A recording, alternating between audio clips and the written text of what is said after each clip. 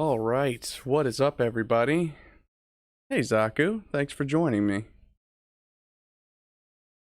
Hope you are having a good weekend so far.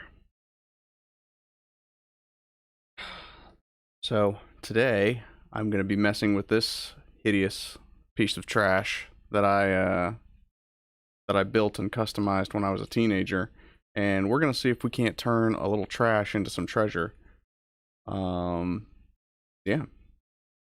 It's been a long day already, and I probably look sunburned right now because I was out doing yard work all day. So you'll have to forgive me. Hey, what's going on, Ryan? Please tell me my audio's not screwed up again.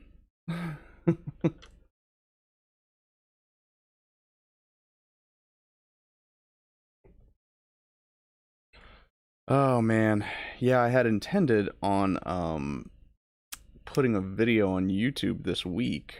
Uh, casting minis and stuff like that, and but yeah, I gotta say that the final product was not where I wanted it to be. So I'm gonna cast him again. He looked fine when I cast him in resin and I trimmed off all the flashing and all that good stuff. But paint has a has a way of bringing out all of the ugly imperfections of a resin miniature. Um, and I haven't perfected that process yet. So my work continues.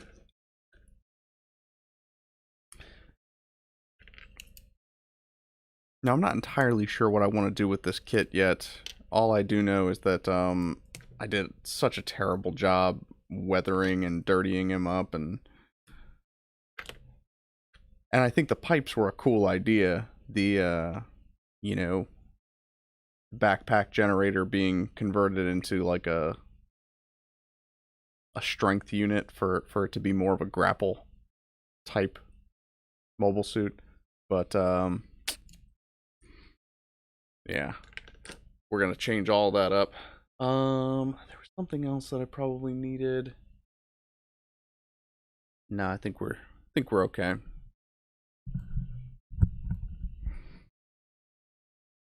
And let me know if the little side Gunpla camera gets too distracting. I thought it might be neat to have an alternative angle on things. Might be a little out of focus though. Can't really see what I'm doing there. But at least it gives you an extra angle on things. Hi, Cinderella. Hi, baby girl. What are you doing? Are you behaving? You know.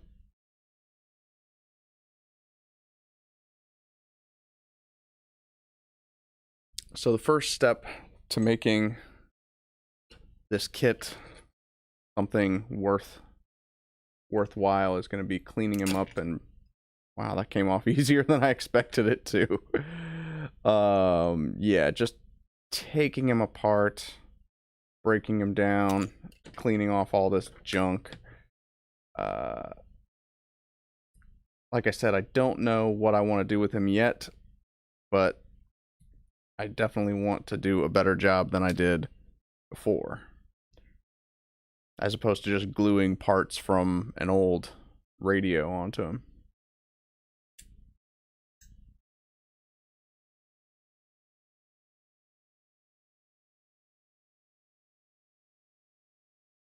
So how are you doing today, Ryan? I caught your messages on Discord, but I was in the process of setting up the stream, so I couldn't engage. But I'm glad that you popped in. There we go. But that's a nice little Gunpla hack, actually. To take old parts from circuitry and electronics that you don't use anymore, and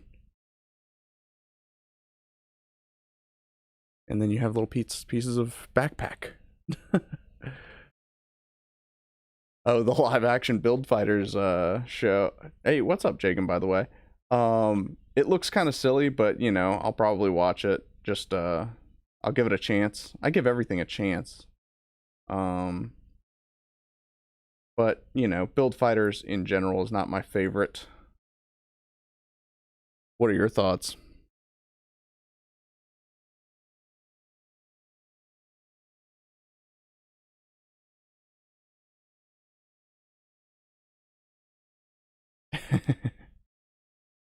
Yeah, there you go.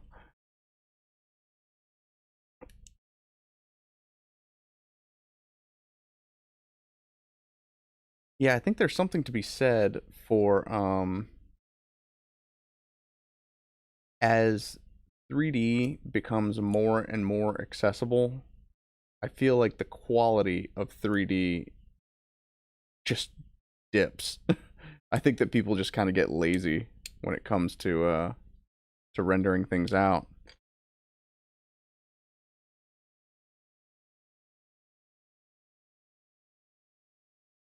Nice, man. I haven't had a good jam session in a while. Maybe that's something that that Mrs. Hatter and I can stream sometime, since she is a pianist and I am a guitarist. Although 9 times out of 10, like, we can't jam together because we just don't know the same types of music, and but yeah, that's something about build fighters in general. Is it's like I love the designs in build fighters. They tend to only customize, or well, for the most part, not only, but they tend to prefer customizing UC mobile suits, and so it gives them a little bit more life, a little bit some cooler designs. Um, I just don't like trivializing mobile suits. I feel like that, you know, they're tools of war, and you know, it's the same way that I feel about you know, uh the there are two Zoids series, and I always forget which one's which. Whether Chaotic Century Zoids is the one where they're actually fighting a war, and then the other one is like uh you know, just a tournament. I hate the tournaments.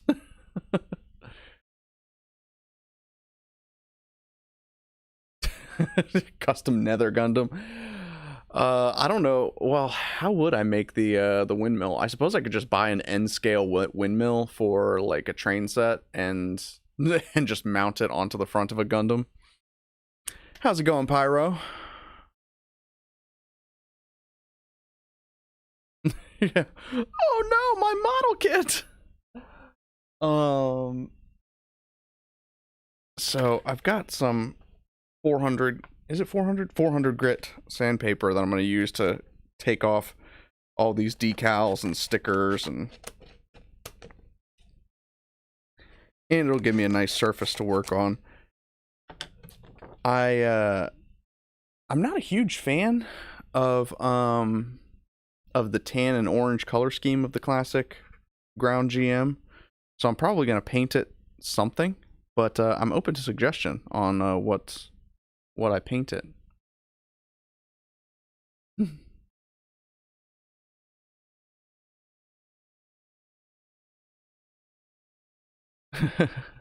That's awesome.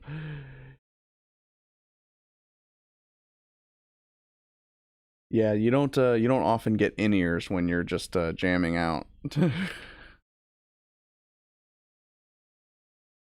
And like, this is a sticker. Um, oh, well, that's not.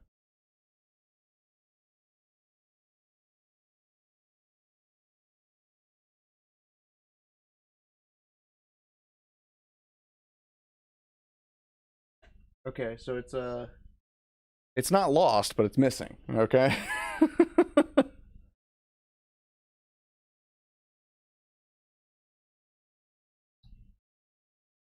Make it the EchoOS version. Yeah,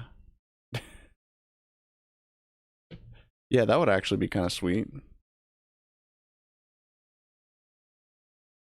I do like the color of that in Gundam Unicorn, that Nemo that takes out the Juagu at the Battle of Torrington. I like that color scheme. That's like it's just like a barely off-white with like a teal body.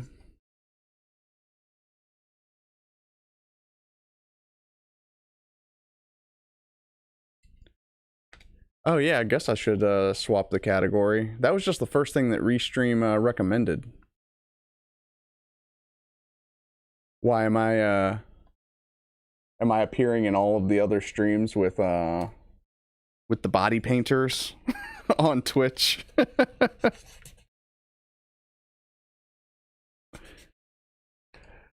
Yeah, let's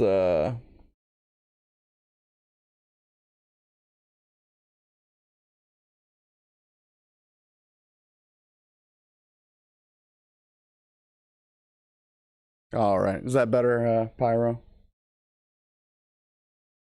Let me close that out.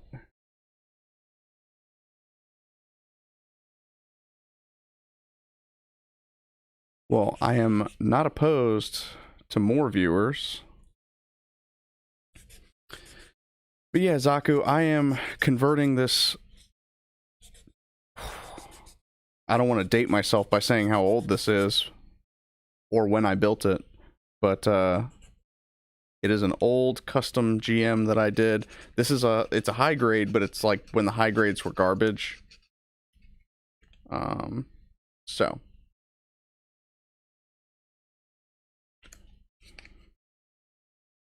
and I would use acetone to remove some of this stuff, but I mean, I'm gonna have to sand it anyway. And if I used acetone, I risk melting the kit. So I don't want to do that. Plus, I don't know what I glued and what I didn't. So I'm nervous about sticking my knife in places and finding something. Oh, jeez. That is really in there.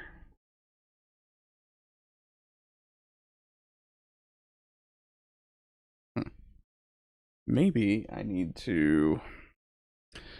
I could use nippers, but...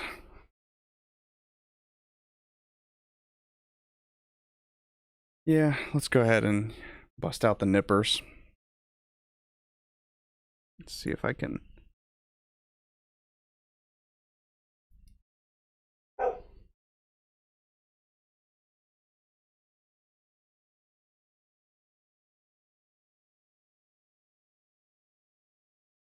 oh, the GOG squad?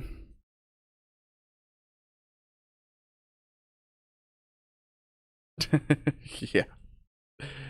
80s indeed. Yeah, I have shown this on stream before, and I've always wanted to do something with it.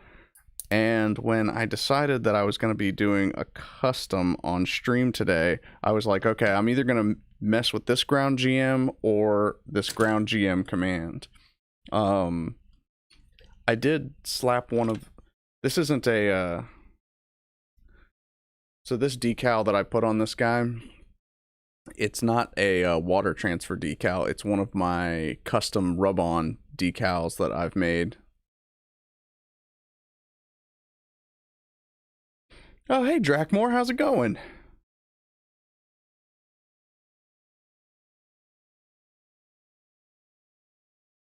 You mean like this Exacto? Technically, this is an Exacto.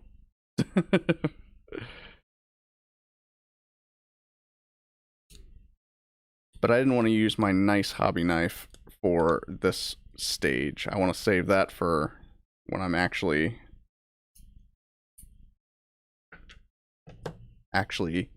carving in some new panel lines and that sort of thing.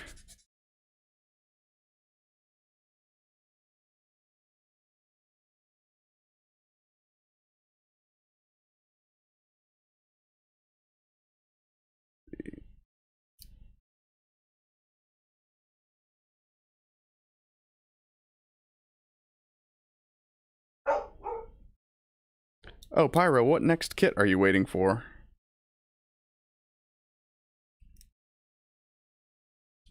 I swear, you have like a new kit come in every week. It seems like.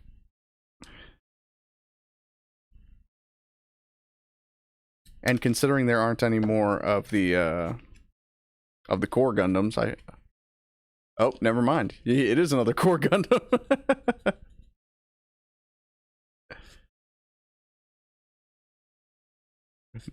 Oh, no more core Gundams.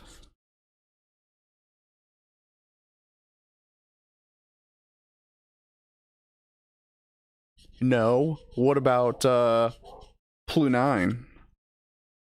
And if you tell me that Pluto's not a planet, I'm just gonna rage. Pluto is a planet. I will. That is a hill I'm willing to die on.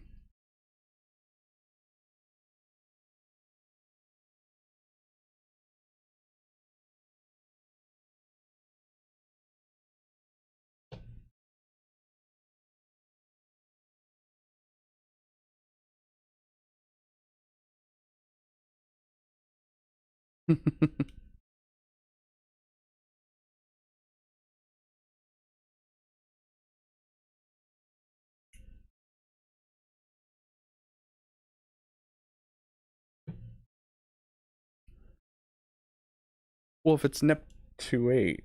Oh yeah, you're right. No, this is not a GM powered. This is the old school ground type GM. Look, it even has like the foil sticker as its visor instead of the clear plastic. That needs to come off as well.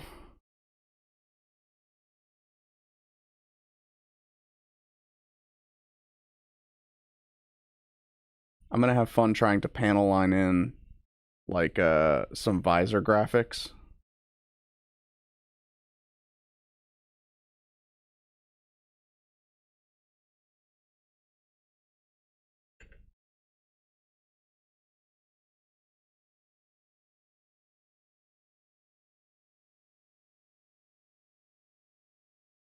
Okay, so I didn't glue this part.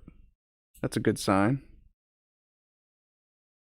But as we get towards the bottom here, it's getting... The other thing about the hobby knife is that the blade is prone to breaking because it's so small compared to this freaking scimitar of an X-Acto blade.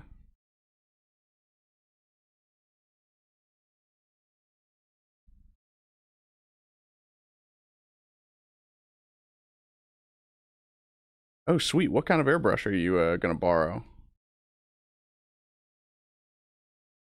I might paint this guy with rattle cans just because my airbrush has been... I don't know what's wrong with it, whether I did a poor job cleaning it, but it kind of sputters at the moment. There we go.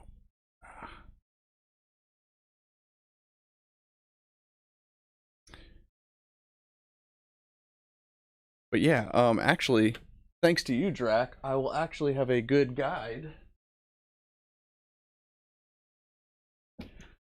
when it comes to panel lining this head, well, this visor, because the Jim has a pretty similar head shape.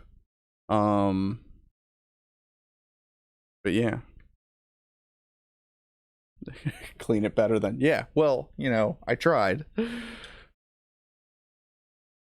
I think my mistake was I went back and forth between using enamel and acrylic paints in there, and I think that the acrylic ones jacked it up.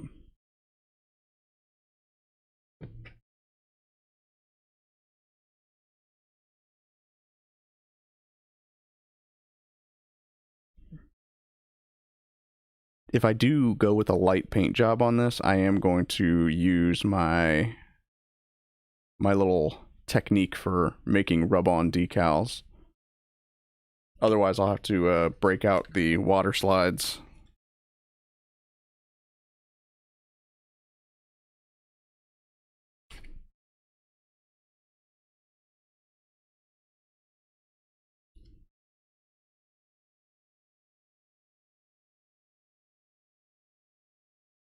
Oh, sweet.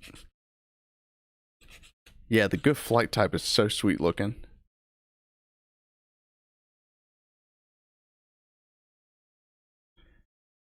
Rubbing alcohol I could try. I have acetone, but like I said, I don't want to use it just out of fear of melting the entire thing.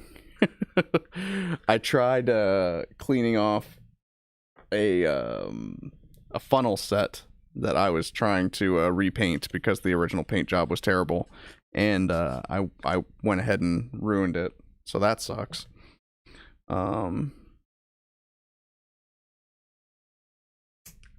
Okay.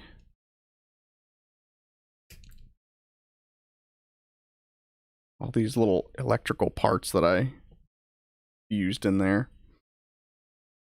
This actually, nope, was not glued.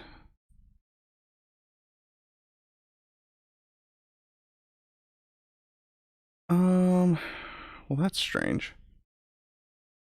So I don't know where the split is on this because the knee is not. Oh, okay. The knee is a cap. So how do I remove it?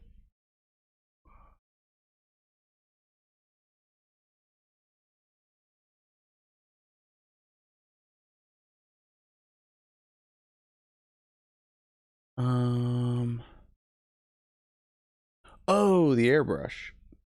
Oh yeah, no, I ran some acetones through it for sure. But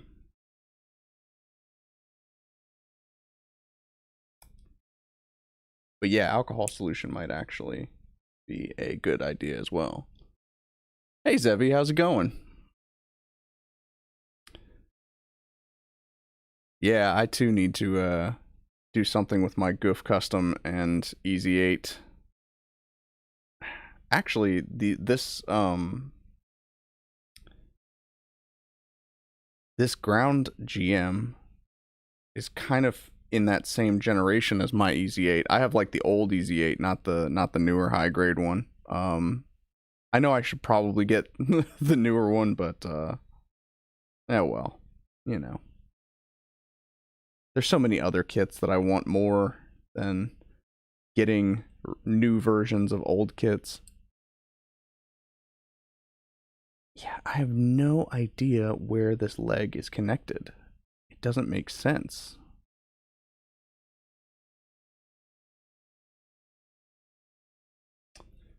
Um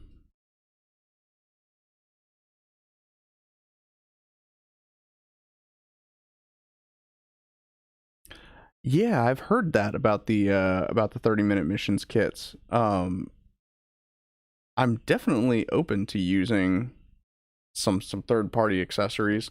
The custom let me grab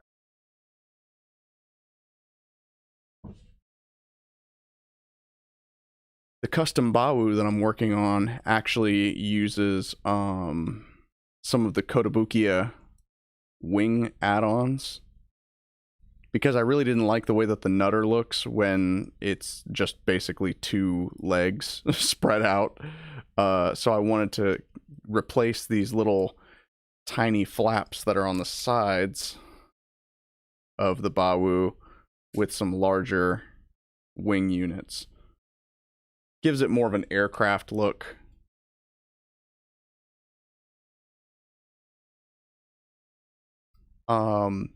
I will be right back. I am actually going to grab that alcohol.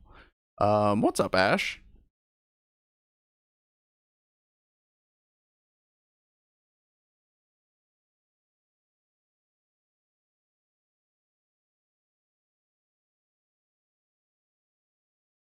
All right.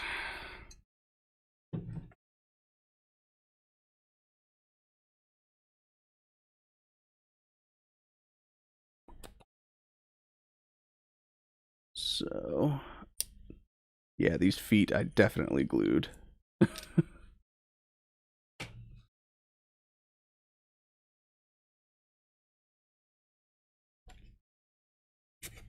But like I said, I'm going to sand this whole thing down anyway because A, I'm going to paint it, and B, the weathering just looks like doo-doo.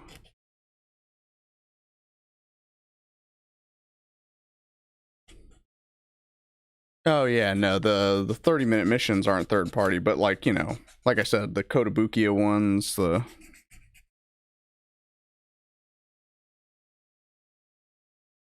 I think Tamashi makes some accessories as well. Take it easy, Drac. Enjoy your dinner.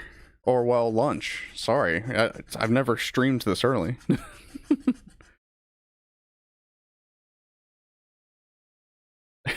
Yeah, exactly. Basically, everything I do is dog shit.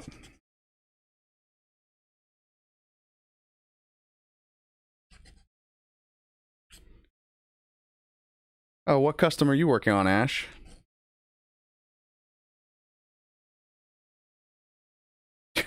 Yeah, exactly. At least the audio isn't fucked. I can take pride in my not terrible audio. Let's see if this actually works at getting some of this stuff off. Well, it definitely brings that new Gunpla shine to it. And it actually is breaking up some of this ink. I think that this was at a time in my life when I thought that weathering with walnut ink would be a good idea. As it turns out, walnut ink is ideal. Yeah, that's exactly what this is walnut ink. Walnut ink is ideal for aging paper and paper-like products, but when you put it on plastic, it tends to not blend very well.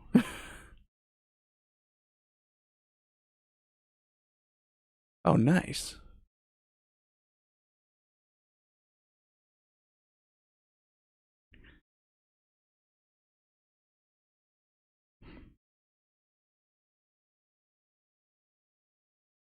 Yeah, again, I know I'm probably one of the few mixed variety streamers out there that doesn't have Monster Hunter Rise.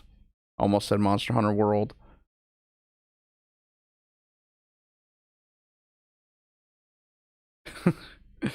Yeah, life hacks indeed.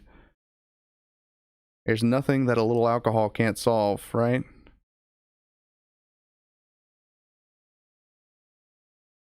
Just don't overdo it. That's the secret sauce.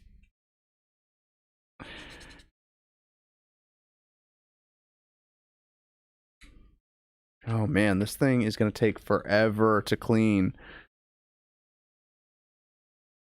But it has to be done because this thing needs to be stripped and perfected.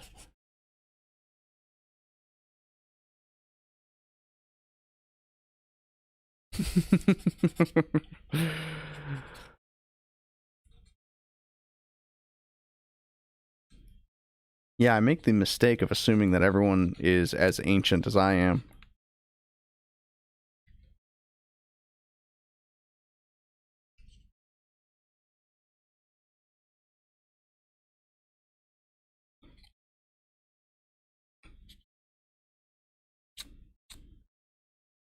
Wait a second. Hmm.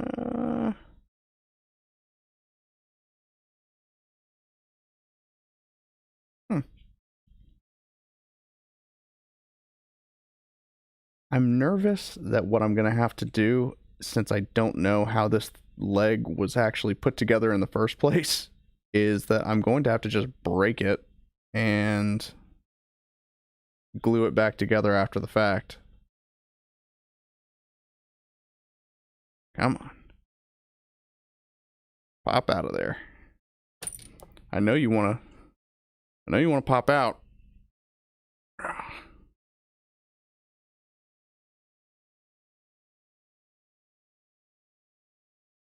something something, give me a stick large enough and I'll move the world.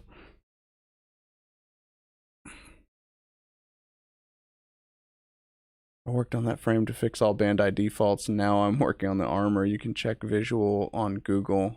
Halfus Gundam. Yeah, I'll have to look at that.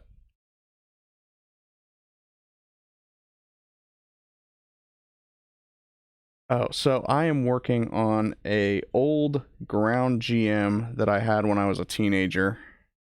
So it is over a decade old.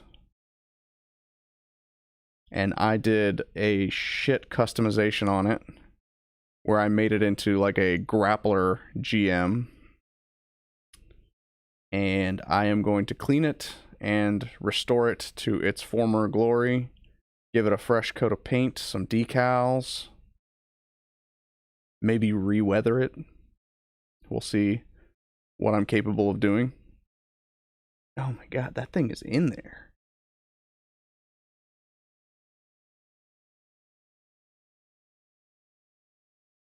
Something dark side, yeah.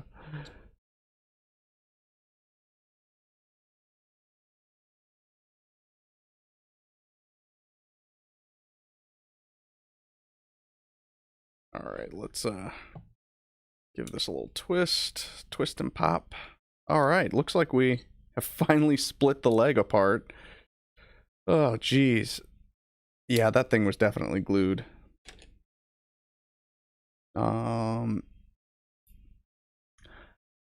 I see now. So the leg did split up the middle, but it has this, like, peg that affixes it together. I'm an idiot. But we all knew that.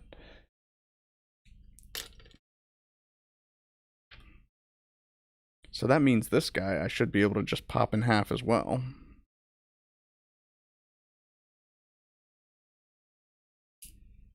But that explains why I wasn't able to pop this part off, because it was not attached prior.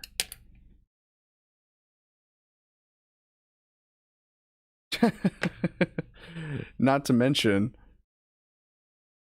Okay, no, I did... I thought I had one knee joint that was attached the wrong way.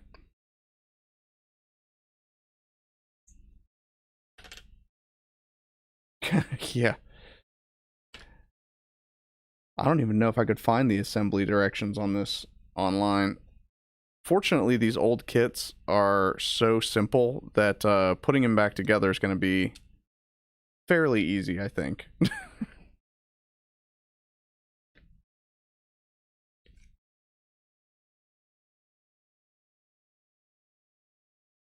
I might bust out some sanding sticks and stuff here.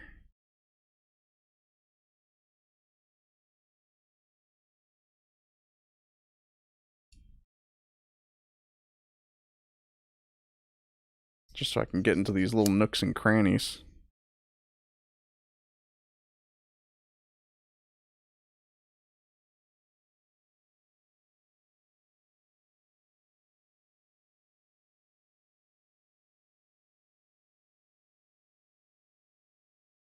And I think this even,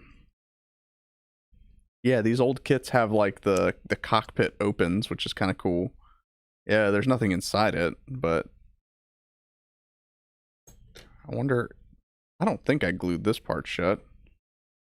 I don't know why I would have, but you can see the nub mark is still there, like because I'm an idiot.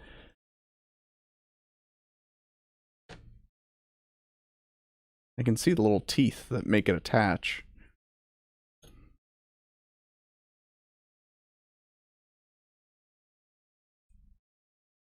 Yeah, he's glued in there. Why would I do that? It's stupid. Damn past hatter. I honestly couldn't tell you the exact version number that this is. All I know is that it's the 1/44th scale, and it's the prior to the HG line, or at least before they made the HG line good.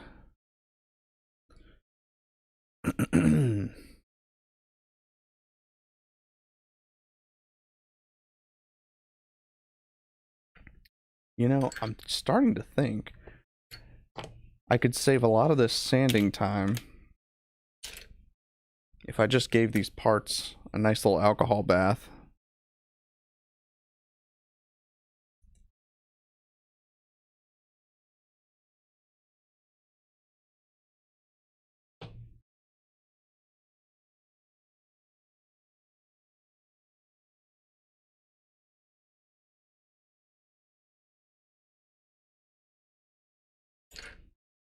Let's see.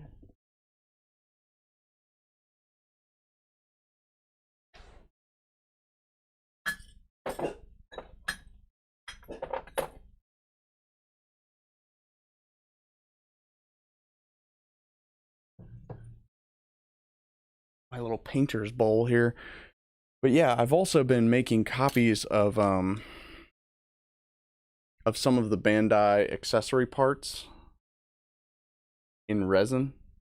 I've got like some extra panels and plates and random doodads that I can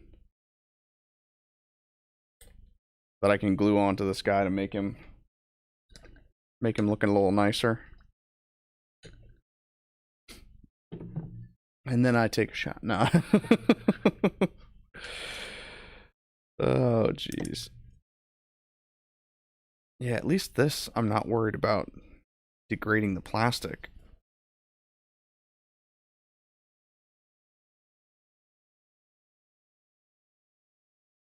Yeah, I think that's gonna work wonders. Thanks for the idea, Jagan.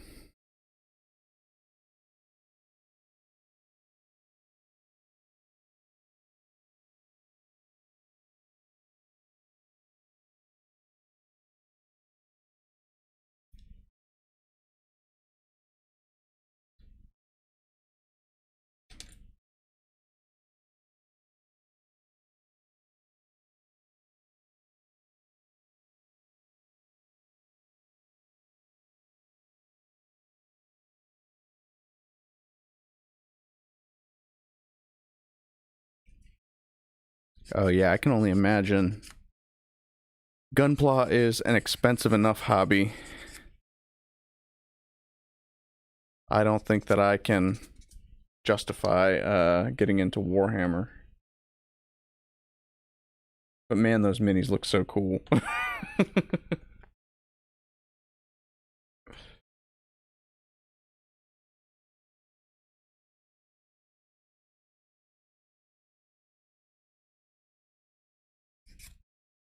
Who knows? I might even find a way to incorporate my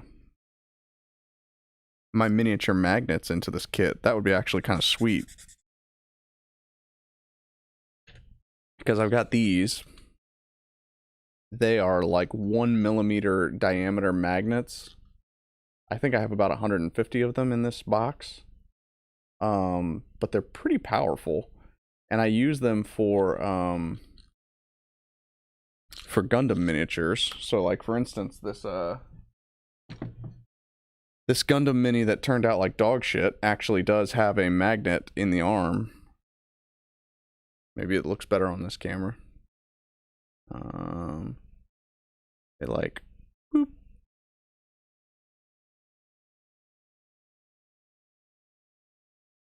Yeah. Master grade GPO3 had to break some part. Oh.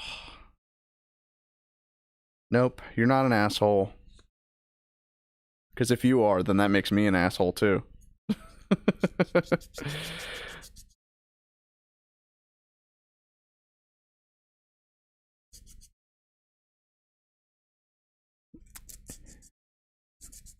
But yeah, I still can't get very good copies of that Zaku spiked shoulder that I need to finish my custom high mobility Zaku that I was working on.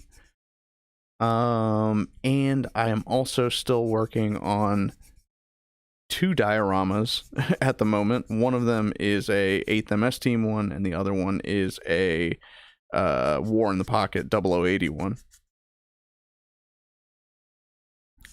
I did finish the weathering on the Gundam Alex. What I've not finished is the weathering and the like shattered arm of the Zaku Kai.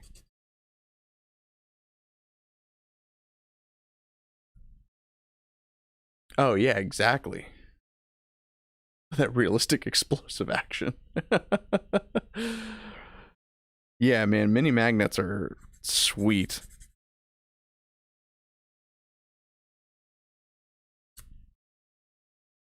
This guy's coming together nicely.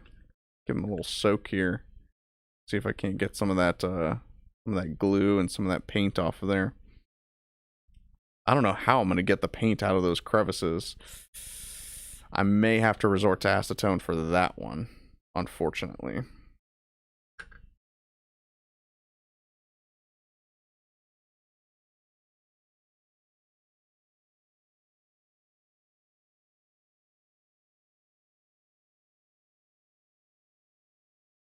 Carefully, yeah. Thanks.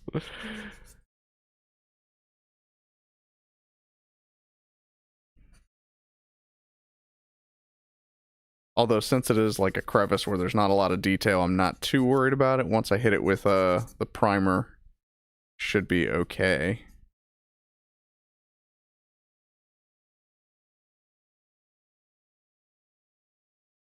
Not to mention, I actually lost the hands that go to this kit. So, let's... Do I have...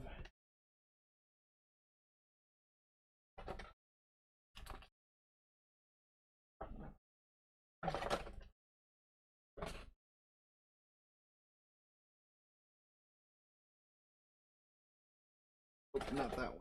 Sure.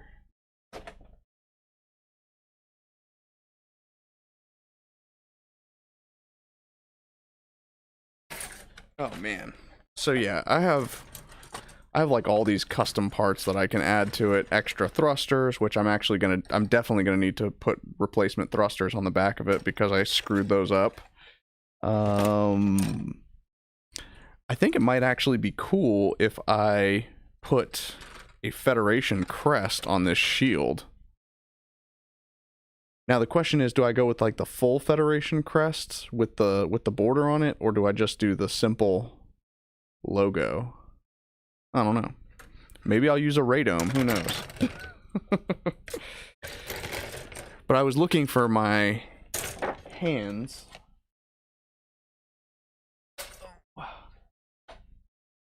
Oh, here they are. So yeah, I've got some build hands that I can use.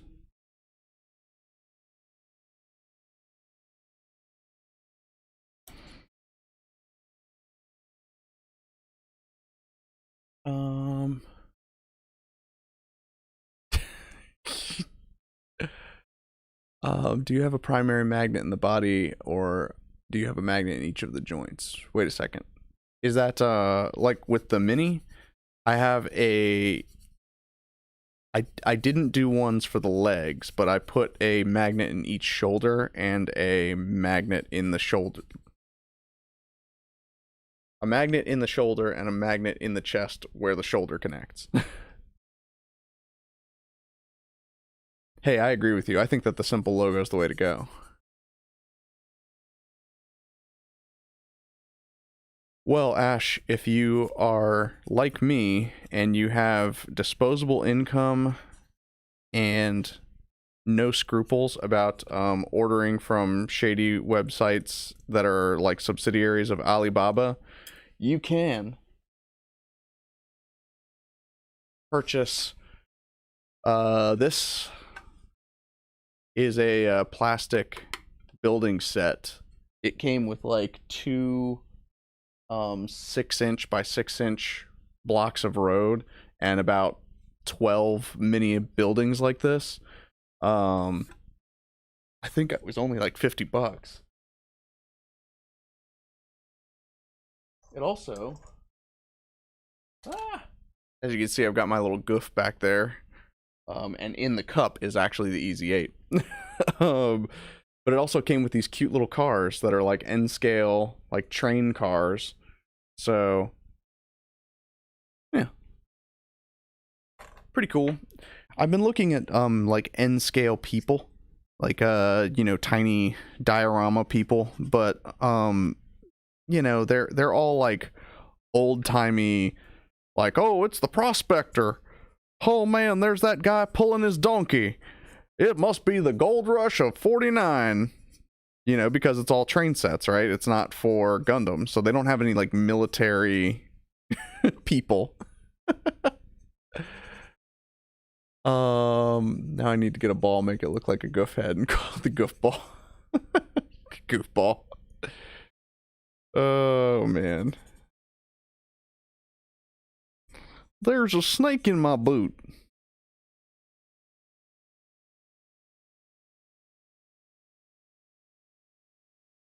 But see, I'm surprised that Pyro, if you're still in the chat, I'm surprised that you haven't given a Gundam diorama a shot, considering your interest in trains.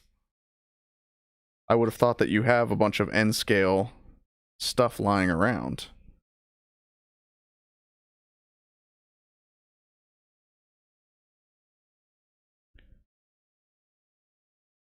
I think that you're the only person under the age of,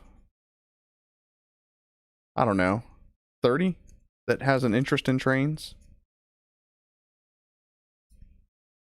Everybody else in your age bracket seems to be more on the Elon Musk kick. Let's go to Mars with trains. I saw on Amazon a Dutch company making minifigs like Worker Soldier. Huh. Western GM ground. That might not actually be a bad idea for this. But like I've said before, I always need a good lore reason for my custom build to exist, right?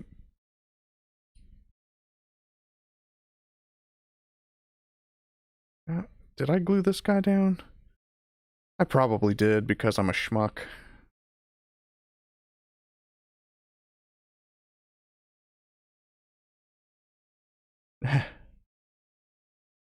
Yeah, I'm with you.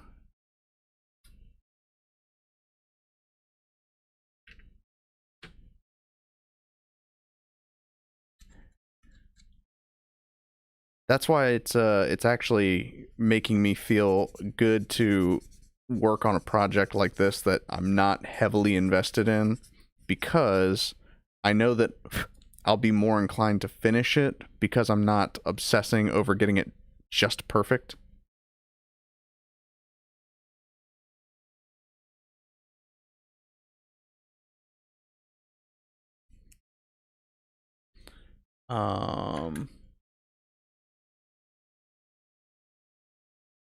Oh yeah, dude, I 100% empathize with you on that.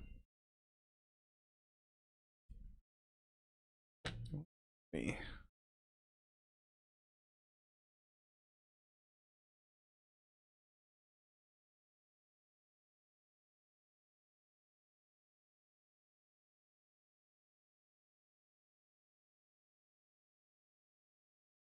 Sweet.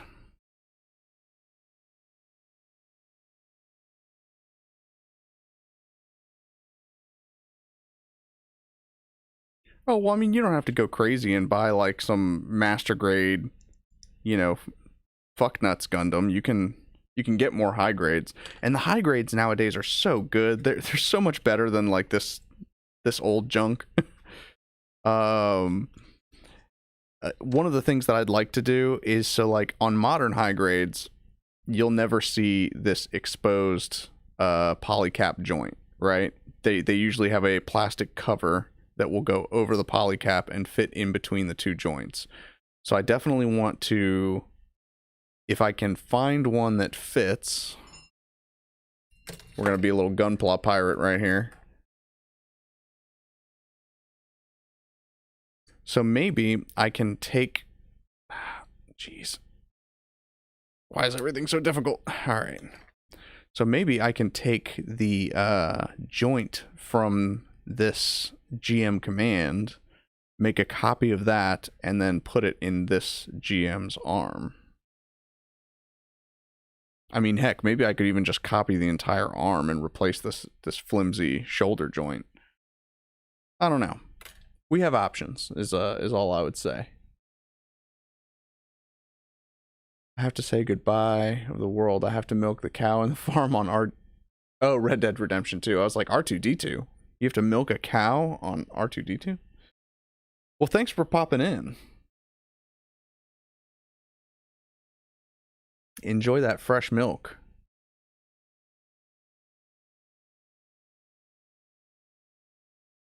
As a kid growing up, I was always told that I was lactose intolerant. Um, Turns out that was a fucking lie. So I actually drank whole milk for the first time last week, and it was life changing.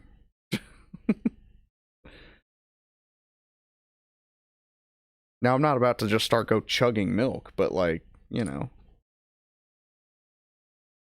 you never know what you're missing out on until you try it, right? And I'm sure there's people watching now that are like, whole milk is disgusting, you're gross. But I don't know.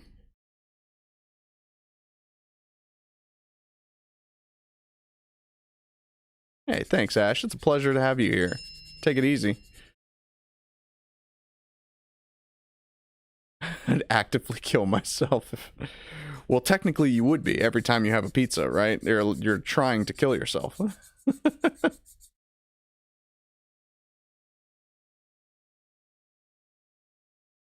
Well, yeah, I mean, I tolerate lactose because I'm not a bigot.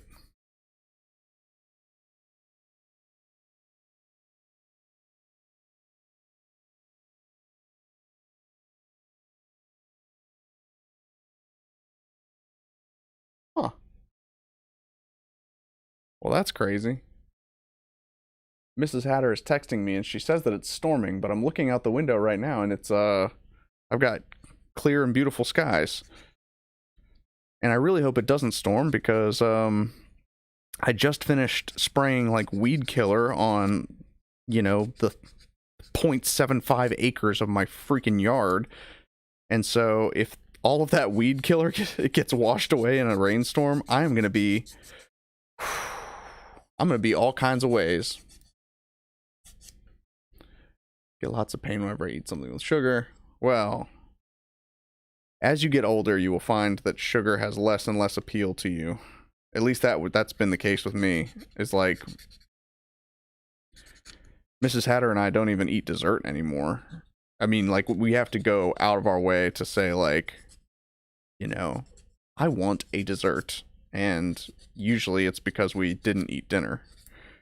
But we definitely don't ever order dessert when we go out to eat. Nothing like that.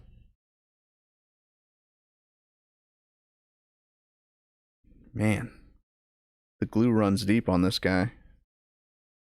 See, and I don't even know if this is glue here or if it's like botched plastic. I'm not sure, but I need to sand that down.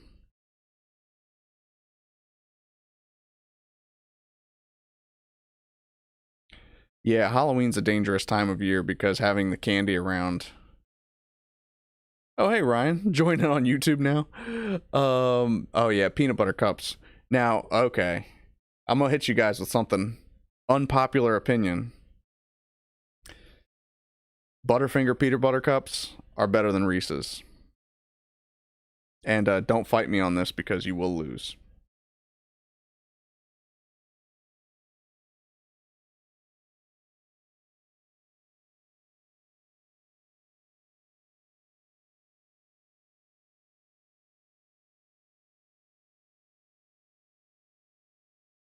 Have a sweet jaw.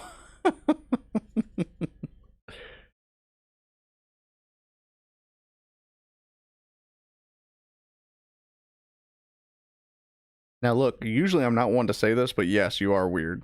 It is weird to not like peanut butter.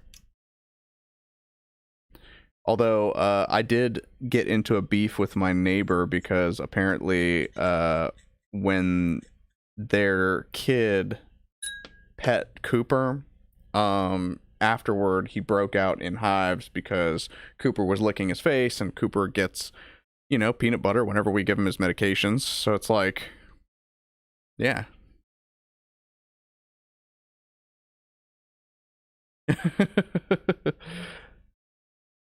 All right, so how about this? In the chat, everybody give me your opinion about food that would get you in that position from Road to El Dorado, where they've got all the swords up at the dude's throat.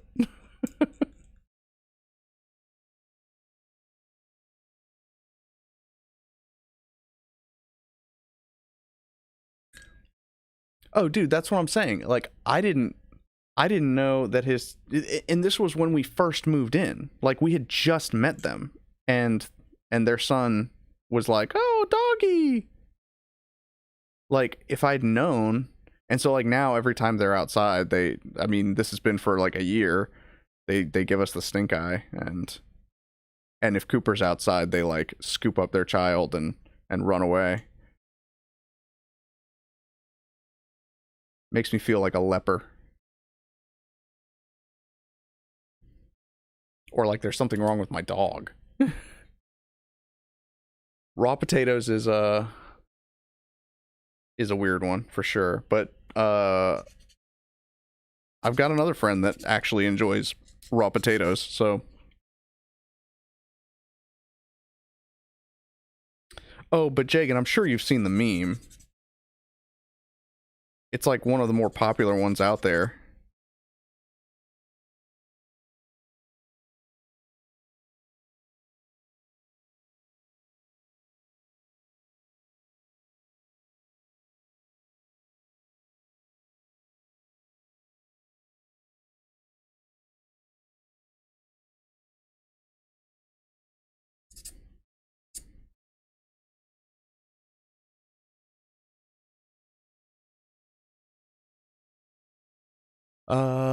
Bologna cake. Mention that and people will think you just had a baby with your sister. It does sound like, I think it's just the word bologna cake that probably turns people off, but I'm sure it's actually good because I don't have a problem with bologna in principle. Now, if you're actually sweetening it,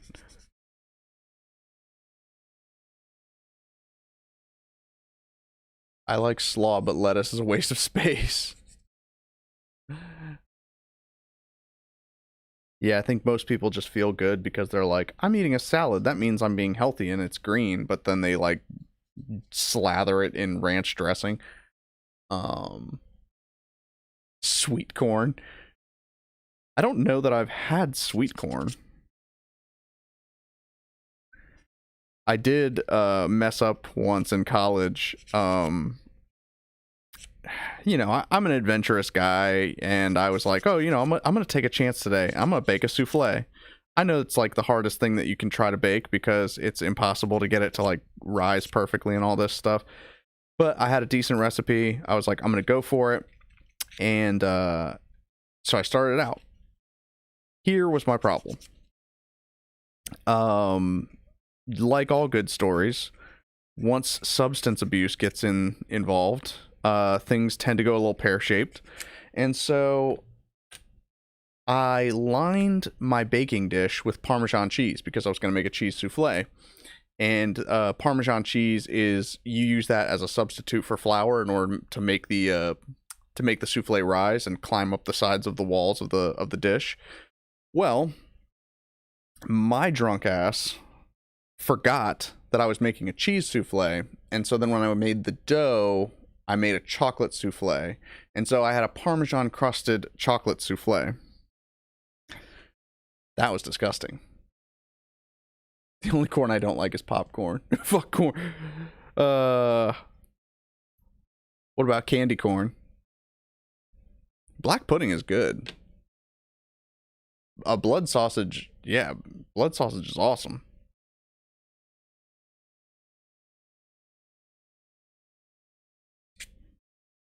And my wife and I don't understand people that don't like pickles and olives because we could eat like 2 jars of pickles and olives just in one sitting, the two of us.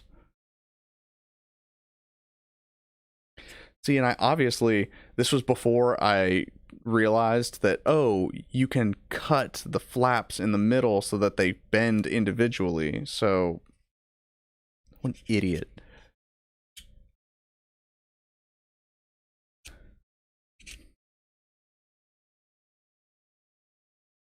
Fuck candy corn.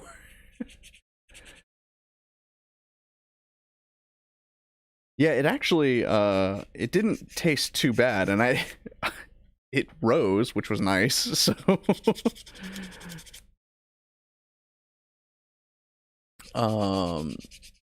Second worst sweet.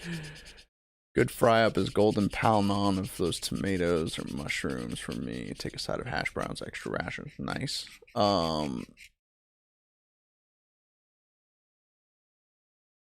Sausage, bacon, black pudding, hash browns, beans, tomato, mushroom, and toast. That sounds fantastic.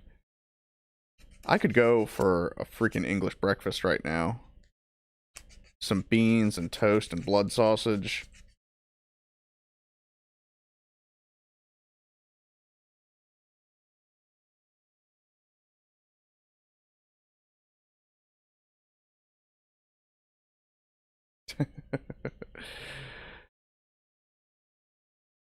Yeah, that's the thing about hobbies though, right? Is it's like you can't get worse. You can only ever get better. And that's what I try to tell my wife whenever she takes up a new hobby. Like, she recently got into those like punch needle kits. And you know, she was getting so down on herself about, ooh, that is never a pleasant sound when you hear that. You know, she's getting down on herself, and I was like, it was the first one you did. Like, it's not, you're never gonna nail it first shot out of the gate, right? And if you do, your second one's gonna be absolutely terrible, because anytime you do something really well the first time, it's a fluke. It's a fluke. Like, you accidentally got lucky. There's just no other way around it.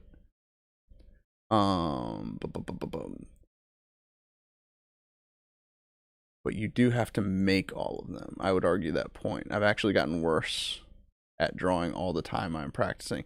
No, and that's I disagree with that. You can train yourself incorrectly. I would say that that's definitely a possibility. You can learn bad habits, but you tend to work around them. It's like, if you develop a bad habit at doing something, take my dad for example. When my dad, you were wrong to do so. Yes, beginner's luck is actually a thing. So when my dad was alive, you know, we would play golf, and my dad had back issues. So he knew that he was never going to be able to get the kind of like 300-yard distance that off the tee that my brother was getting, right? You know, he was older, and yeah, so he instead of learning a proper swing and doing things, you know, the right way, he mastered a swing where he would space his hands apart on the club shaft instead of locking them together, and he wouldn't get the full follow through, and so it corrected his slice, but he was always able to keep the ball in the fairway. So he was only driving the ball, like, you know, between 190 and like 217 yards, which is, you know, not great, but it was straight. It was in the fairway. So he was always playing golf. You know, it was always enough to play golf. Even if he's not doing it the right way, he was getting better in his own way. So that's my point, as far as like, you can't get worse at something. You can learn bad habits, but if you work within the framework of your bad habits, you're actually getting better.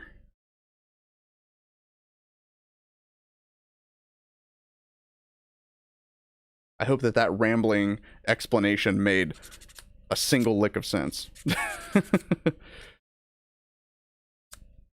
Everything you just said was was incorrect. You are awarded no points, and may God have mercy on your soul. The more purport there. It's like cookie cutter builds in games. They work decently, but you can outdo them with a weird build if you're comfortable with the build. Yeah, it's true.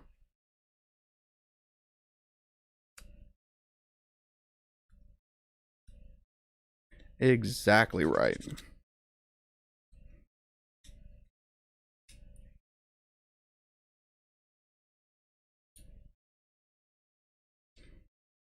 Oh man, this cleanup process is going to take days, I swear. Look, you can even see like my shitty carved in panel lines that I did. That is like the worst looking panel line in the world.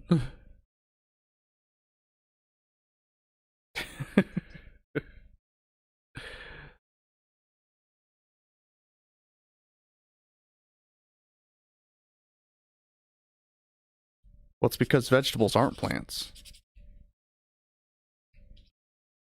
They're people. Otherwise, the annoying orange wouldn't be a thing.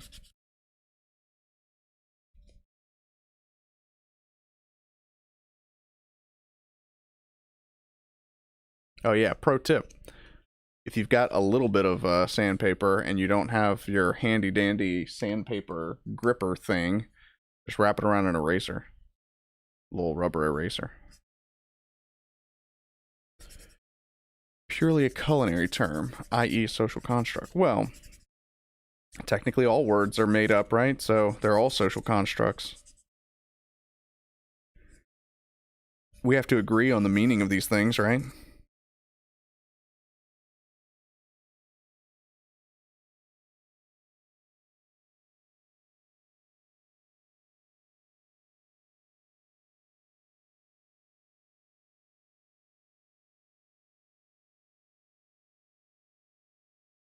Yeah, and onions are weeds.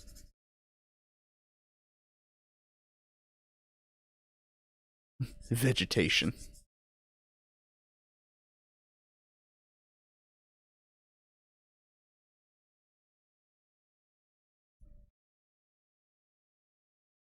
But my point would be,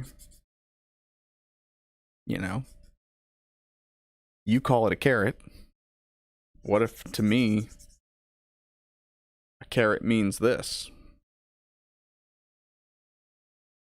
If I gave you this, which one of us is wrong?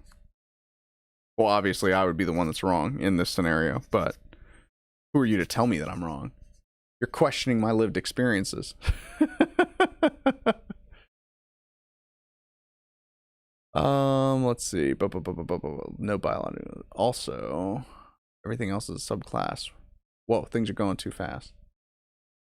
I believe that your comments probably are getting auto-modded by YouTube. I only have the restream chat open. I don't have the YouTube chat open, so I don't see if anything is getting blocked. But the YouTube chat filter is pretty aggressive.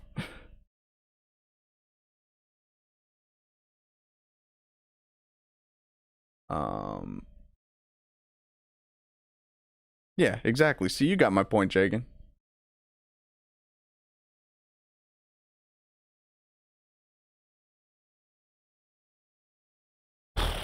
Yeah, you're not wrong about that.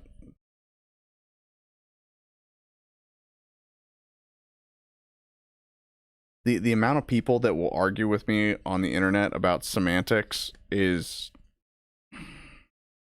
insane.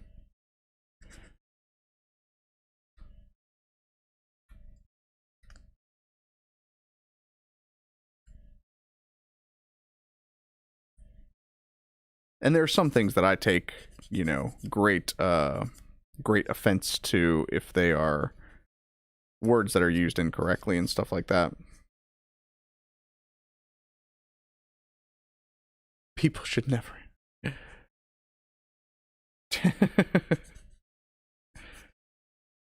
Well, it's like that thing. So, Pyro, did you see that tweet that I converted into an Ace Attorney case between you and Drakmore? First of all, that bot is the most amazing thing in the world, and I didn't know that it existed, so.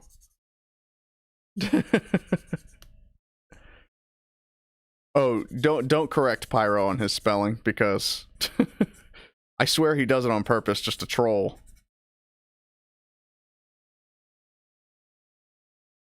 But yeah, I couldn't help but think that the girl in the original comment was kind of overreacting and kind of punching down, because, you know, I was just trying to think about it in terms of like, what was the context, right? If let's say I was playing Gundam versus Zeta Gundam on stream, and someone in the comments said, Gundam versus Zeta Gundam fucking sucks. You should be playing Federation versus Xeon, the original game. It's so much better. First of all, I know that they're wrong because I played Federation versus Xeon, and I find Gundam versus Zeta Gundam better anyway. Secondly, if I had played the game and, like, you know, I would think of it as a conversation starter. You know, I don't think that they're gatekeeping me. I think that they are plastic hobby clubs without plastic. Yeah, something like that.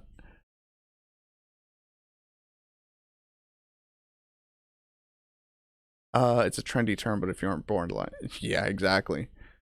But yeah, you know, I don't think that it's necessarily gatekeeping to say, hey, the game that you're playing is shit and you should play this other game. And then the follow-up to that would be like, I have played that other game, it's just this is the one that's come out, so that's why I'm playing this one. End of conversation. You don't have to make a post about it and then, like, and again, I'm sure that this chick has way more followers and way more popularity than some rando that commented at her. So, Crusader Zaku sounds sweet. But yeah, how's it going, Kalos? I didn't know you were in chat here.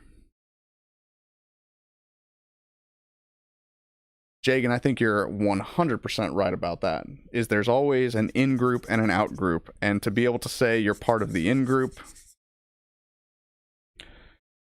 But see, that's, and not to toot my own flute so much, but, like, you know, that's why I really have never engaged with the Gundam community online. You know, the community, I hate the word community, first of all. You know, it's like, I didn't want to be involved with a group of people that, like, I don't know, and yeah, we have the same interests, but do we have the same values? Do we have the same appreciation for things? Probably not. So, you know, I built my own community with blackjack and hookers. Let's see. GPO2 Shield needs to be a part of the Zaku. That would be sweet, actually. I mean, can you... Yeah. The Midnight Adder community. Oh, sweet.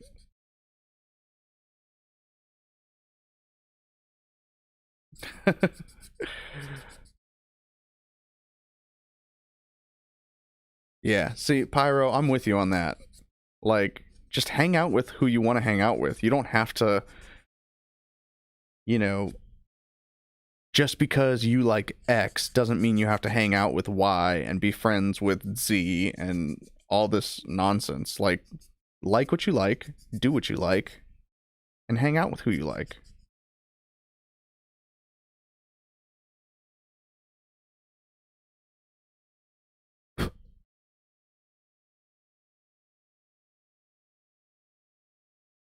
I make jokes like the Lance in Monster Hunter. Yeah,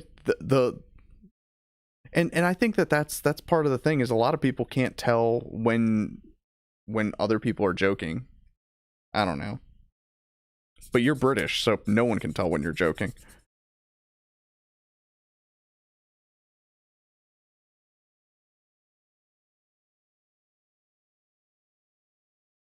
Well, and I think that there's a difference between berating someone and just stating an opinion. And sometimes, like, I get it. Sometimes opinions are unsolicited. Like, you don't want to hear everybody's shit. But, like, when people pop onto my Discord server and they're talking about how much they love IBO, and, you know, me and some of the guys are like, hey, IBO's shit, you should watch Zeta Gundam instead. it's not us gatekeeping. We're just saying our piece, you know? And if you don't want to hear it, then that's fine. Like, mute me. But it's an objective fact that Zeta Gundam is better than Gundam Unicorn. So I shouldn't get canceled for that. Let's see. It's really hard to convey sarcasm. Yes, exactly. You need like a sarcasm filter. Damn, I guess I kind of walked into that one, huh?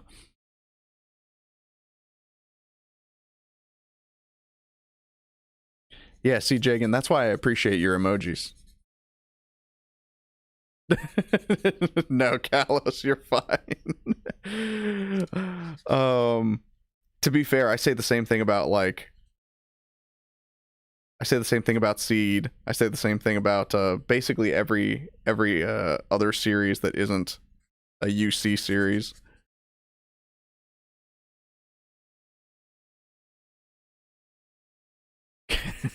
Yeah, there you go.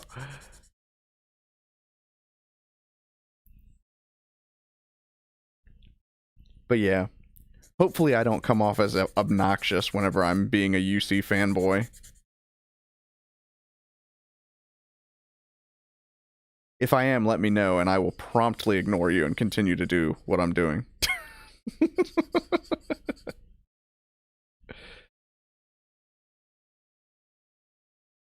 See, that was a joke.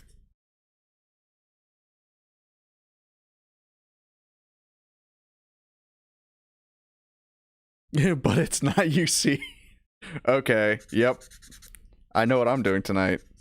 After the stream, we are making a... What's the... There's like that meme that's like... That's like, Oh, how does it go? It's something like when you're arguing with something and it's like... You're like, oh, that's a good point, but it's not relevant, or like that's a good argument, or like it's a good statement, but that's not an argument, or something like that. That's basically the tone of the yeah, but it's not UC.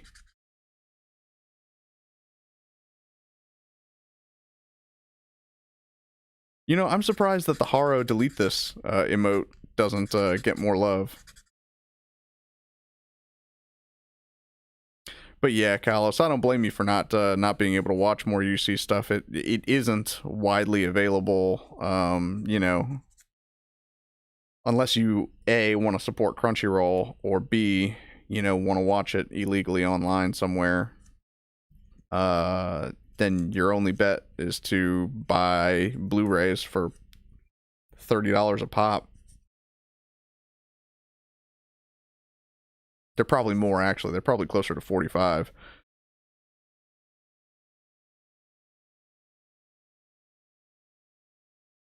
Yeah, fuck Crunchyroll, exactly.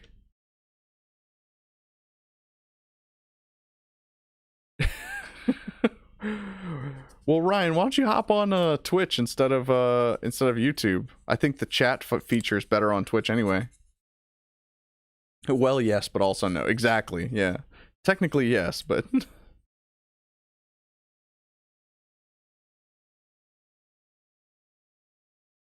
See if this alcohol is... Oh, yeah. It gets rid of the decals really nicely, too.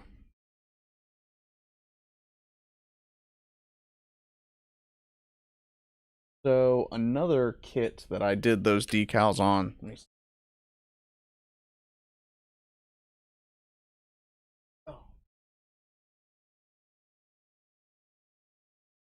I'm an idiot. I also did these dry rub decals on this space type GM. Now this one actually kind of got scuffed a little bit. I don't know if it comes up in the... Which isn't a bad thing if I'm gonna like weather the kit, but I don't want it to be scuffed. But yeah, so I tried to do like a EFGF and an EFSF version of this command type.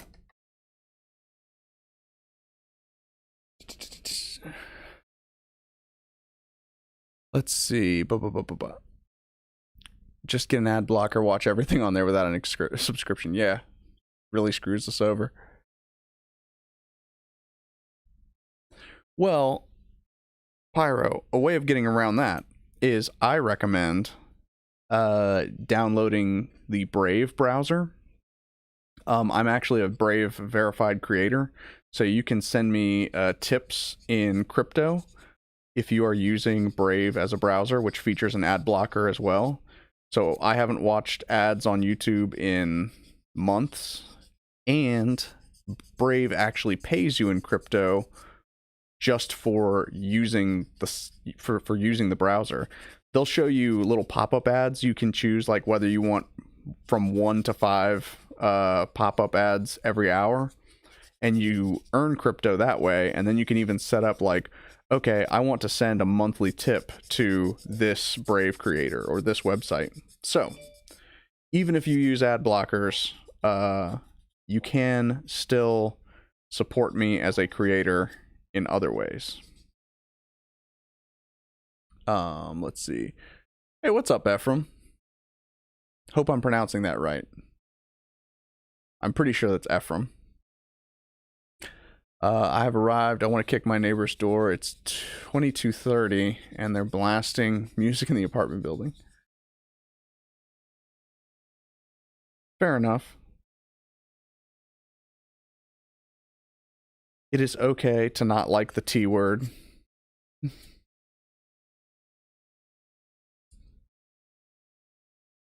I just used my cousin's premium account. He bought a family plan. Wait. Premium account for what? What is this?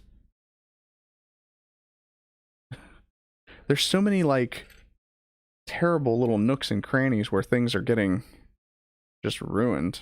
Peeling off all this extra glue.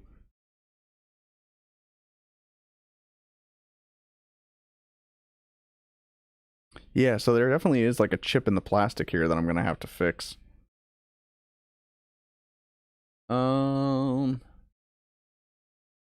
Oh, YouTube premium account. Look at you, you fancy.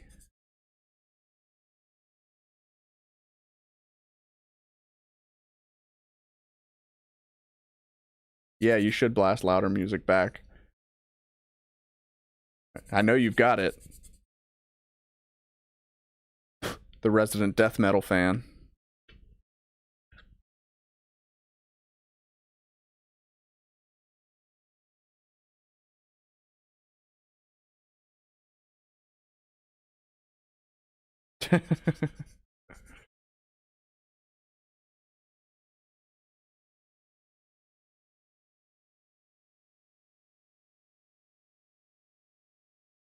I can't tell if I carved these panel lines in or not. I think I did. Because that looks really fucked up. Oh, come on. It like got in focus for like a split second. So that has to be a custom panel line that I put in because it looks super janky.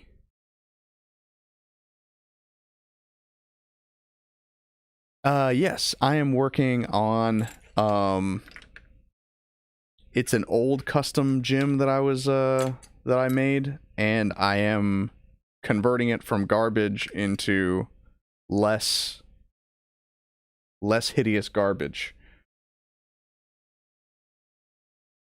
I can't say that it's trash to treasure. It's more like trash to less smelly trash.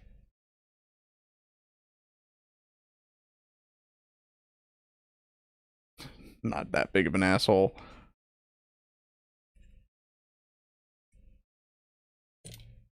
Oh man, look at all this junk. I've got so much plastic on my hands.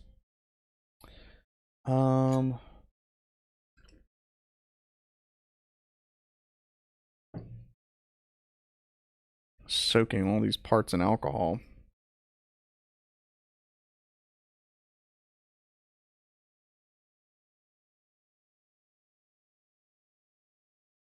So I think I am actually going to prime this guy in black. And maybe if I dry brush him, I won't have to panel line afterwards. Like if I just, I'm gonna try and get the paint super thin. Yeah, there you go.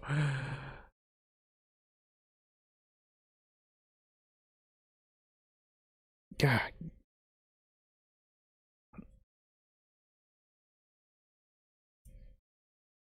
I sure weathered the crap out of this GM when I built him.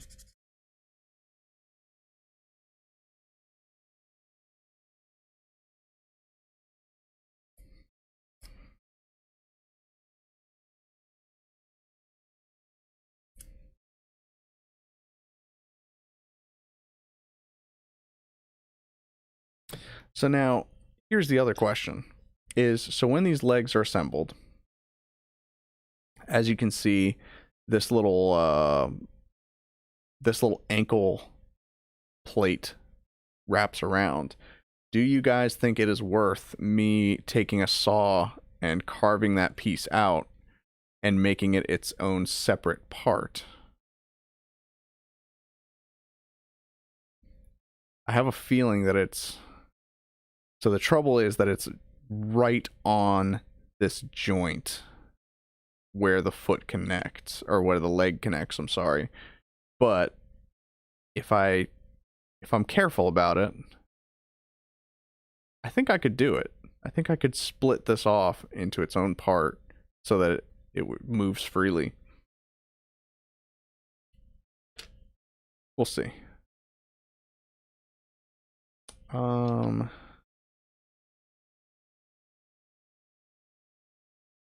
Let's see.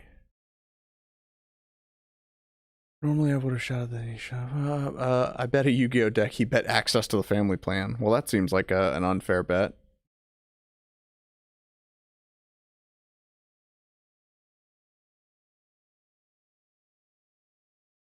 HG Lupus looks great. Oh, dude, that's like all of the IBO kits. I swear, man. Like I've got the Barbados fourth form sitting on my desk back there, and like I don't want to touch it because it just... Oh well, yeah, the man Rhodey because he's a chunk, but all those skinny boys, you touch them and they explode. Like a teenage boy. I tried to pose and the arm popped off. Oh, wow. Must have been a hell of a Yu-Gi-Oh deck. If I can wrap this around. Which deck was this?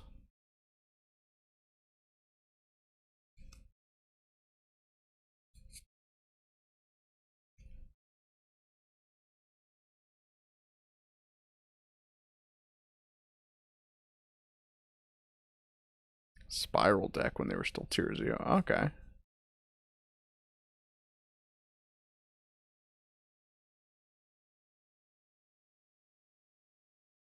Yeah, I mean, the HG's quality has gotten so good that that it's like worth it to customize them. And they're still relatively inexpensive compared to the master grades. Although there are some HGs out there that are getting to be more expensive than master grades, and it's making me upset.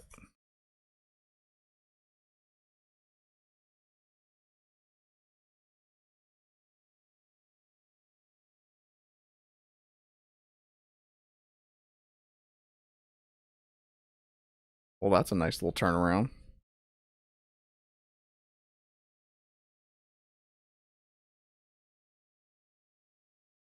The poor bastard that bought that deck from you was probably like,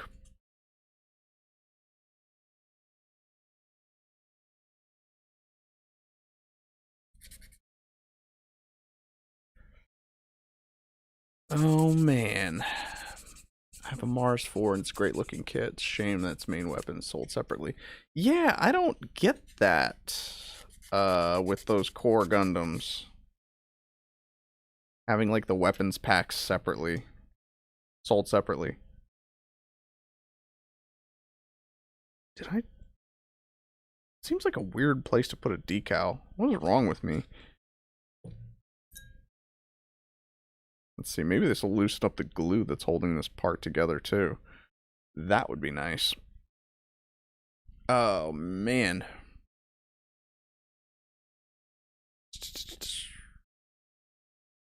For the profit, lad.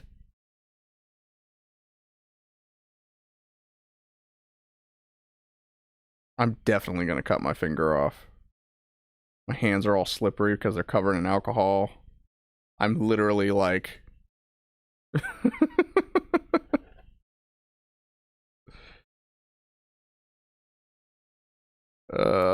and then watch me get banned from Twitch for it. You showed blood and violence on stream. I didn't mean to, and it hurts really bad.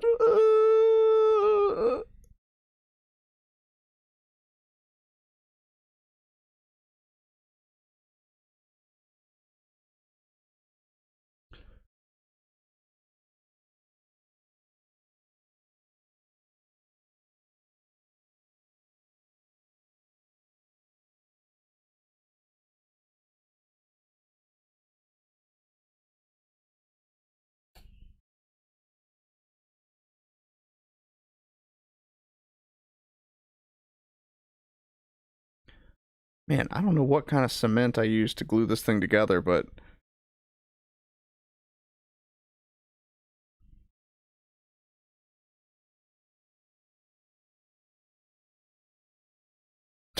yeah.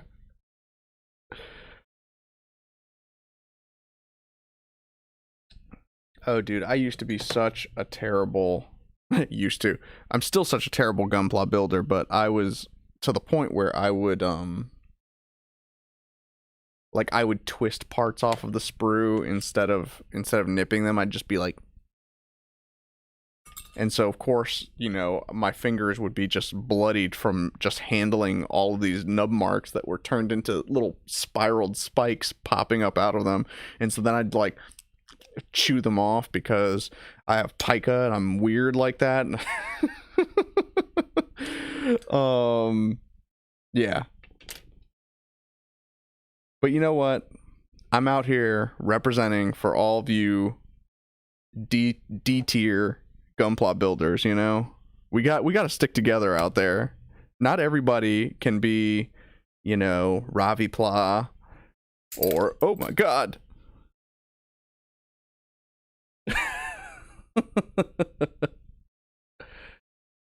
That was my early Warhammer days back in 2007. Yeah, exactly. All right. Successfully broke that part off, which actually, I mean, it's not terrible, honestly. It kind of needed to be done.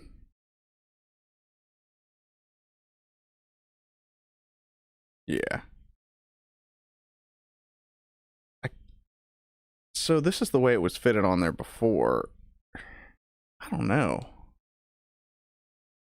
God, you can tell that I put in like another crap panel line. It's like only halfway done.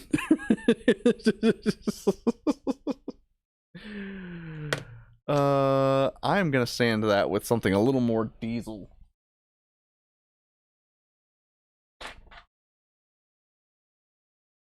Bring out this guy.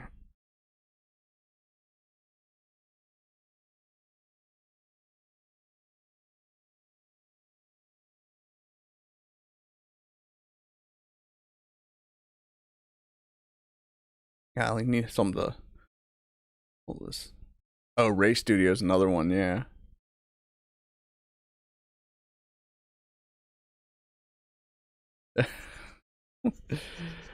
Oh man, you remind me of my brothers and I in our peak DBZ card game days. Oh, we spent so much money on DBZ cards. But thankfully, because they weren't as in demand as like Magic, Pokemon, and Yu-Gi-Oh cards, we actually got decent deals on most of them.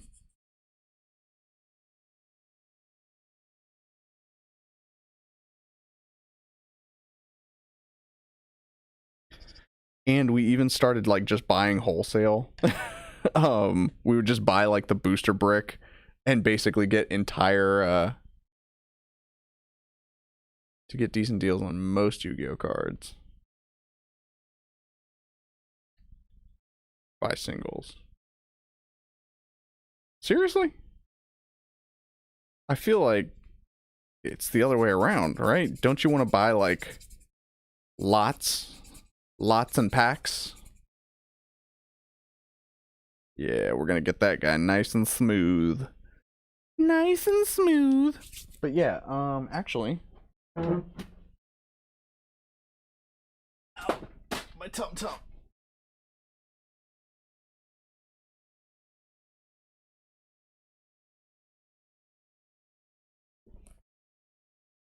This was one of the few things that I recovered from my old DBZ playing days.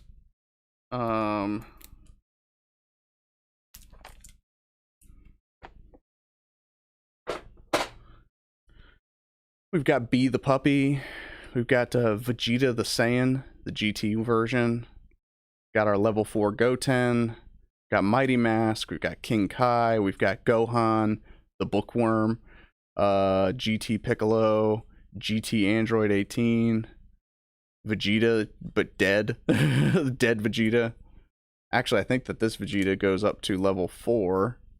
Vegeta Ascendant. Always made me mad that Vegeta was not as strong as Trunks. Majin Dabura. This guy is my guy. Future Gohan. One-armed Gohan. So yeah, I don't even know how much these cards would be worth if I were to try and sell them. Probably jack shit. Which is why I haven't sold them.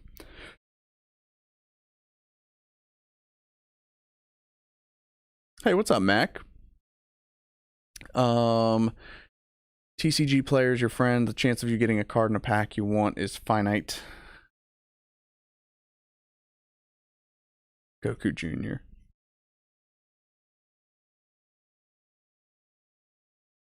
One-armed bandit, lefty. Yeah, exactly. That like future Trunks movie was so fucking cool. Okay, so I'm working on a ground type GM.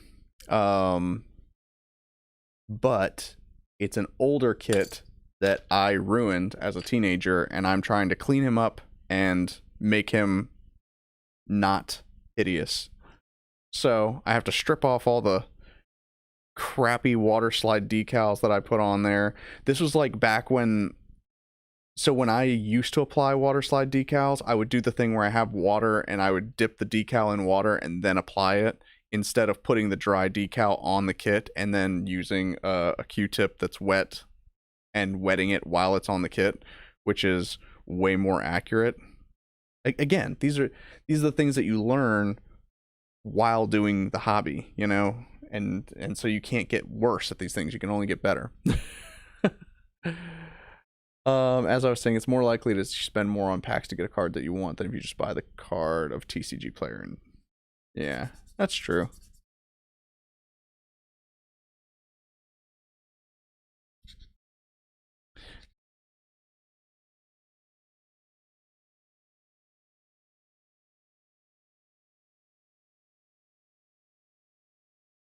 But yeah, I mean, my brothers and I, when we bought those Dragon Ball cards, we bought I think it was the Cell Games. It was either the Cell Saga or Cell Games, like the entire booster pack, and that's how we got levels 1 through 5 of Cell.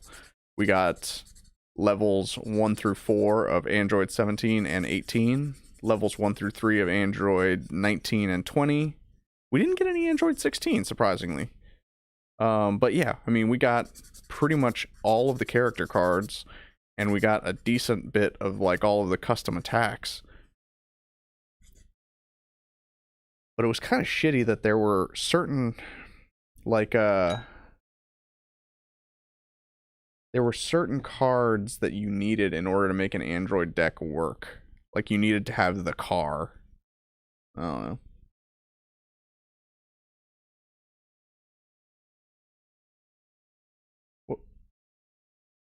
Oh, I was like, where did that decal go?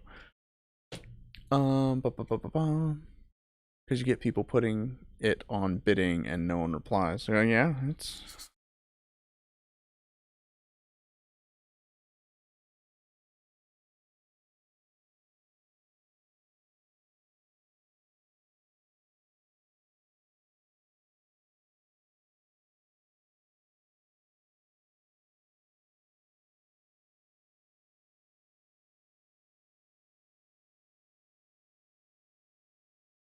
I think that these are panel lines that I must have put in there. Again, because they're uneven as shit. Oh, I hate that, like, the camera will sort of focus and then go out. So, right? Like, those are definitely panel lines that I put in because they look terrible.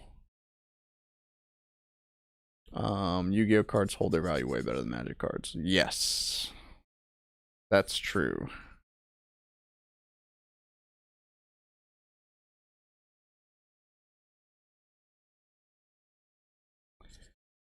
But yeah, since this version of the Dragon Ball card game is dead, I can't imagine that. So it's like it goes one of two ways, right? So either they're worth more because they're not around anymore, or they're worth less because nobody's playing it.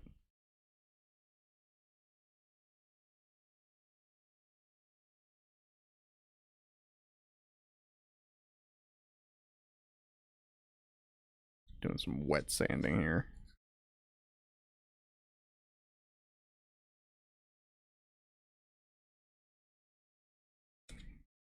And honestly, I've probably already said this, but I'm probably just gonna paint this guy with rattle cans because I'm lazy.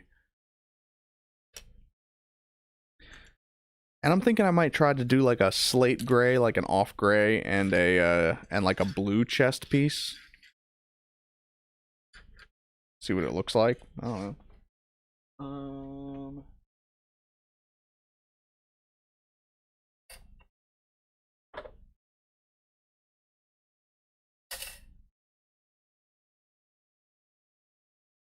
I've got some saws here.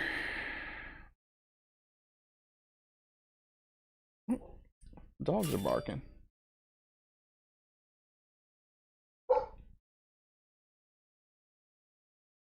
That looks about the midway point. Maybe I ought to mark it with a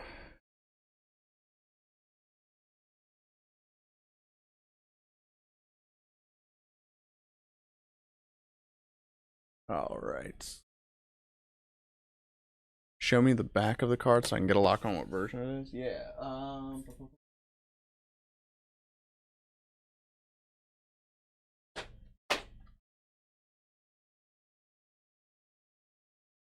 It's these guys. They started off as what? Score, but then Panini bought them. Ah! Well, that one's not worth much anymore, but it is shiny. It's a Vegeta's temper.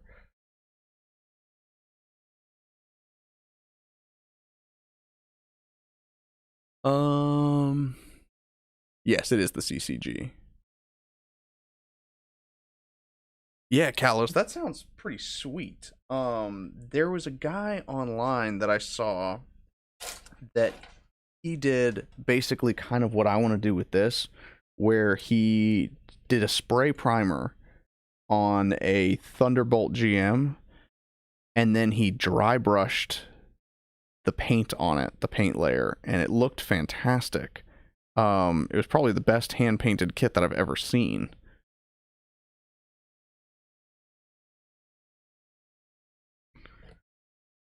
I guess he just thinned his paints like really, really well because I didn't see like any brush strokes or texture.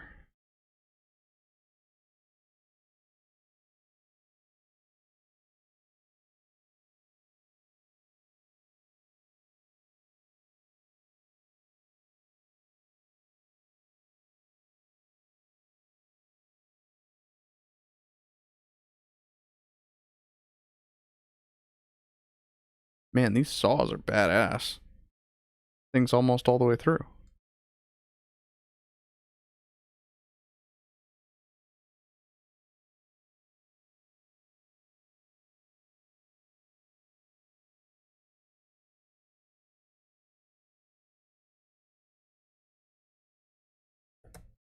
There we go. Now the question is, will this actually hold when...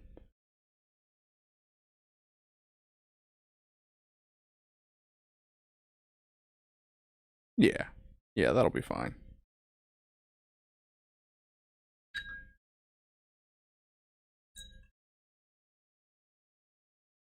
And the best part is I'm sanitizing my hands as I go along. Oh yeah, isn't that what Penguin Z0 does on YouTube? He like opens and prices Yu-Gi-Oh card packs.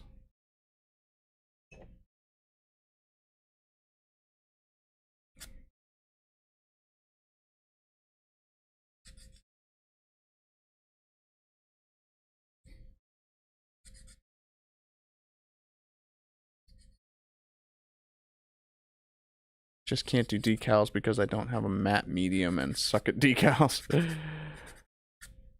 Well, you can always use my trick, which is if you have a LaserJet printer, you print the decals in reverse on like label paper, but like you print it on like the smooth side, like you take the labels off and you print onto the smooth side of the paper.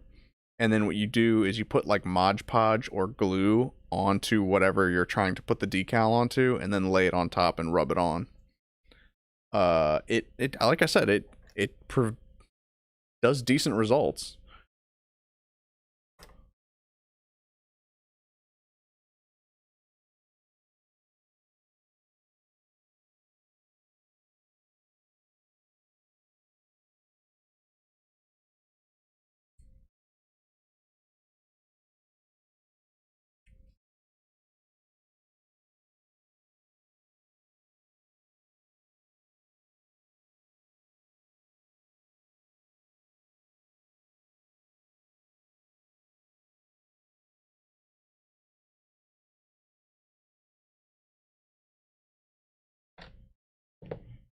Let's get in there with this guy.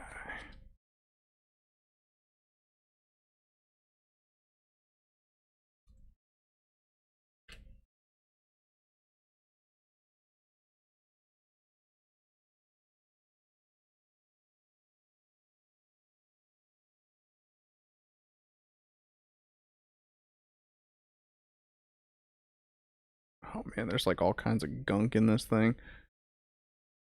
Let's move the saw, see if we can get this guy separated. Yes. Thank you, alcohol, for melting the glue that I'm sure I put in here. Because just about everything else that I've been breaking apart has been glued. I think I might have melted it.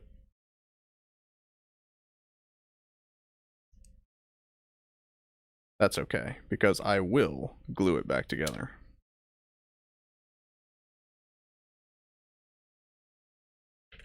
Maybe I shouldn't leave them sitting in the alcohol. That's probably not a good idea.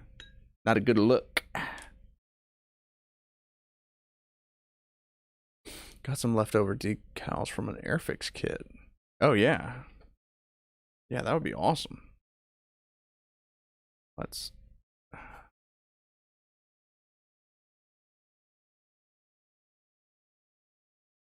See, and I like anything that doesn't cost a lot of money so that you can, like, practice it on spoons and shit like that, you know?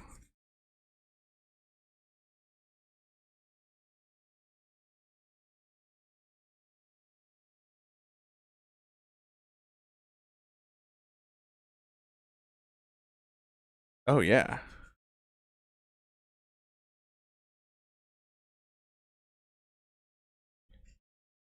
And that's probably what I'm going to spray this guy down with when I'm done with him, is hit him with some matte varnish. Make sure to lock those decals down. I'm probably going to hit him with several layers of matte flat coat, because I'm going to paint him. Flat coat.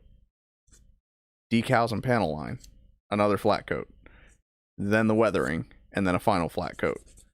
So by the time I'm done with this guy, he's gonna probably be dummy thick with lacquer.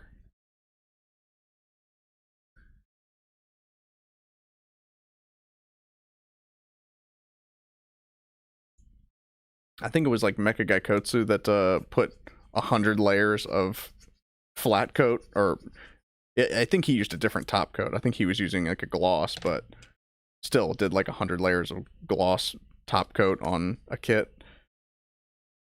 Just absolutely ruining it for no reason. For the views.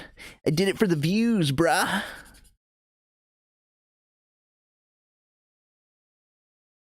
Yeah, I'm gonna need to sand deeper if I'm gonna get these terrible panel lines out.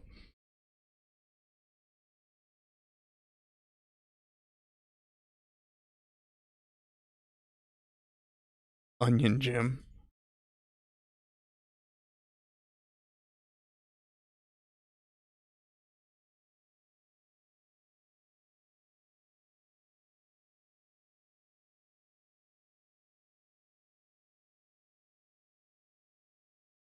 All right.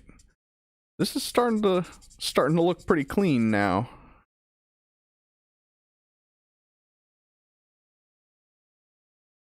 Maybe I'll just keep working on this guy on stream for the next few streams. Is just going through each step of the process, cleaning and repairing, and then I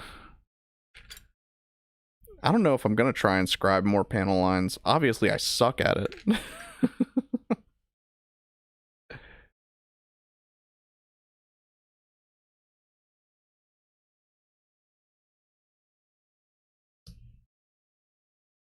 And I still have all of my old Wing Gundam kits that I'd love to, rebuild and repair. I started working on the Shenlong Gundam when I first started this YouTube channel, but I kind of got distracted and stopped working on it.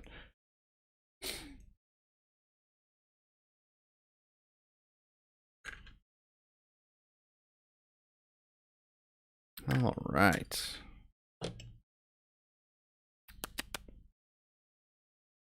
I'm down to 4 cards. I need to complete my deck. 6 if I wanted to make a side deck too. Which deck is this one that you're working on? Some hideous monstrosity, I'm sure.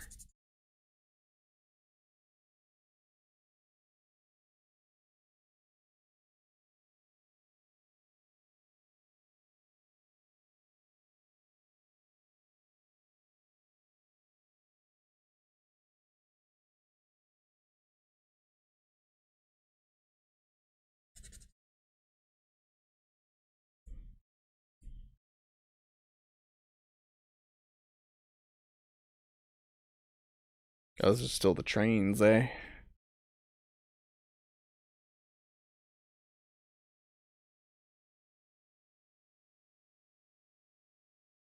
See, look at that freaking nub mark. Terrible.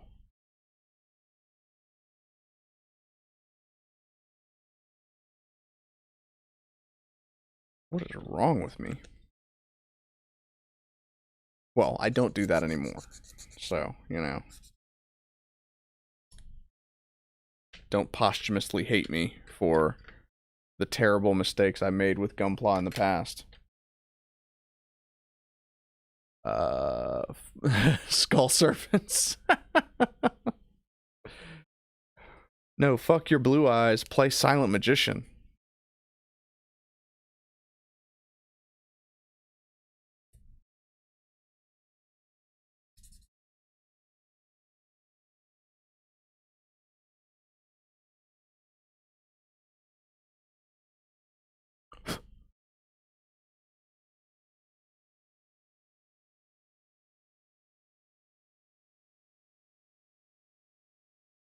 Skull servant deck.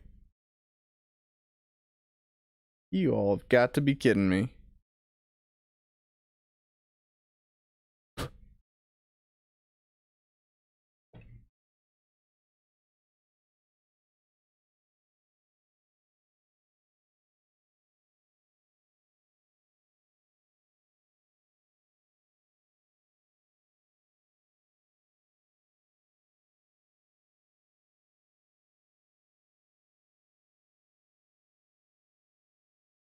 I'm debating whether I should just go ahead and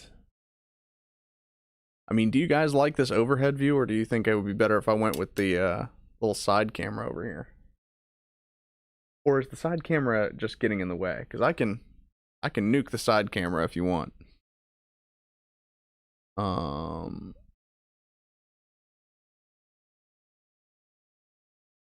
Whew. 8,000 attack. Jeez. So just a one-hit life point KO.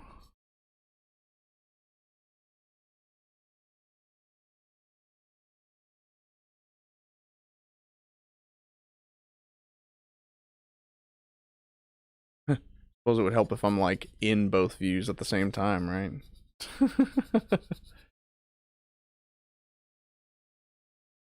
See, it's like I gouged out a piece of plastic here, so I'm trying to sand it down to where it's nice and smooth again. I need to, I might just slather it with some putty and sand that down, to be honest. Alrighty.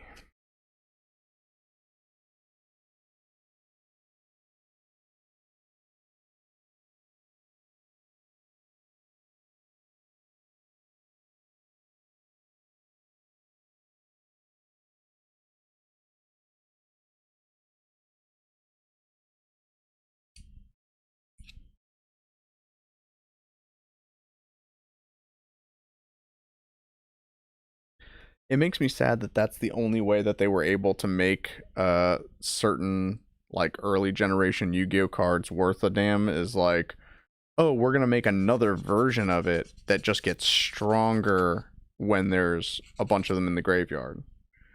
Like, we're going to make this other Dark Magician that gets more attack for every Dark Magician that you have in your graveyard, but it also counts as a Dark Magician for the purposes of Dark Magician Girl's effect and stuff like that. Like, that's just annoying to me.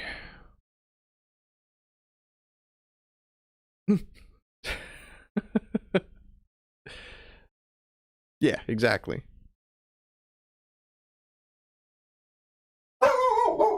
Coop, what's wrong? What's wrong? Is Mama home? But even Blue Eyes is subject to that to a certain extent because it's like there's, different versions of like fusions Blue Eyes and synchro Blue Eyes and all this. Check Discord quickly. Uh-oh.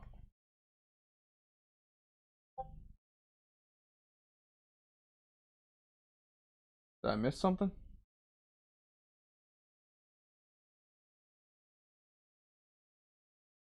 Um.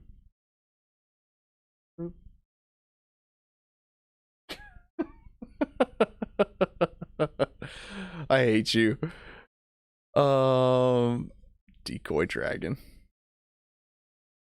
You had me worried, like someone was going on some kind of tangent or rampage on Discord. I'm like, oh no. Who am I gonna have to ban? I haven't had to ban anybody, so everybody just keep being chill.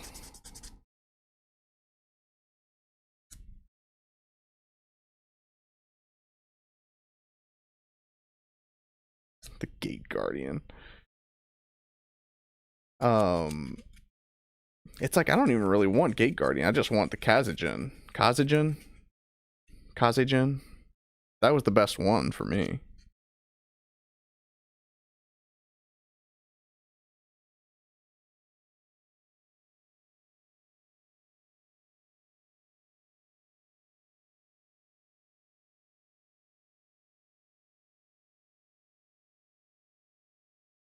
But yeah, I remember back in the day, I guess like in high school, one of my friends ran an Exodia deck, and so he would get real ass mad if any of us would play a Chaos deck, because then it's like, oh, we're just gonna banish your card from play. Like, I'm not even gonna let you put it in the graveyard. We're gonna remove it from play so that you can't summon Exodia.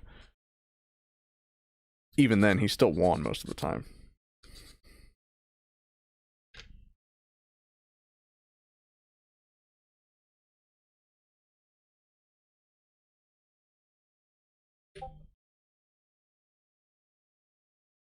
Uh-oh. What did you send me now?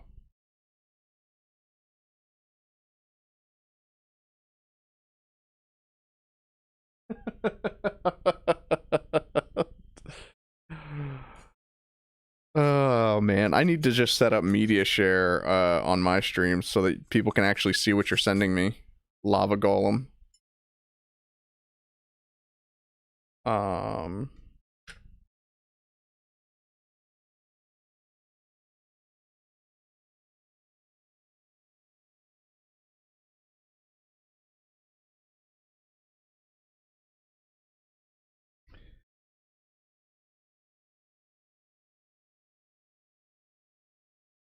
I'm gonna just start posting all of my my Gundam T poses. It took me a while to get the rig for the Akai right, because for some reason, I mean, his legs were clipping because his feet are huge, but that was an easy fix. It's just I tightened the legs on the armature, and so then it spread the legs out in all the animations. But the problem that I was running into with the arms was a little bit more difficult to solve. For some reason, like the arm segments came apart when they would animate. Oh geez, what did you show me now?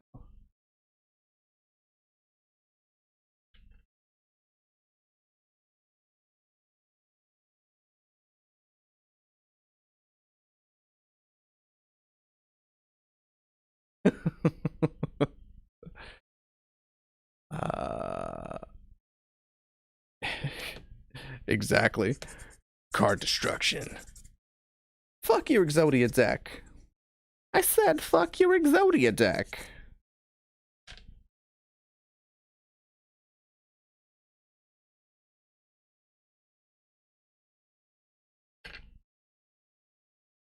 I hate your ancient gears.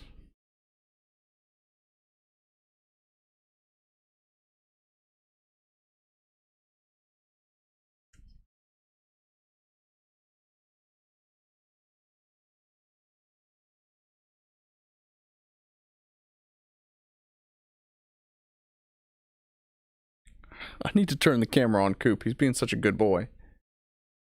Um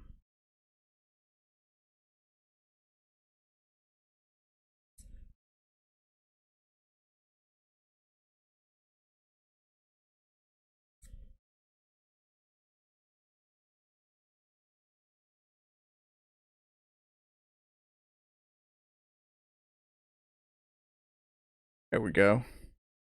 Nice and smooth.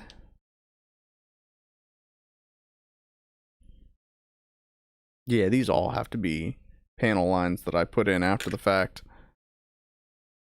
If possible, I'm going to try and get them out because they look terrible. Maybe redo them. Got some old decals on here that still need to be scraped off.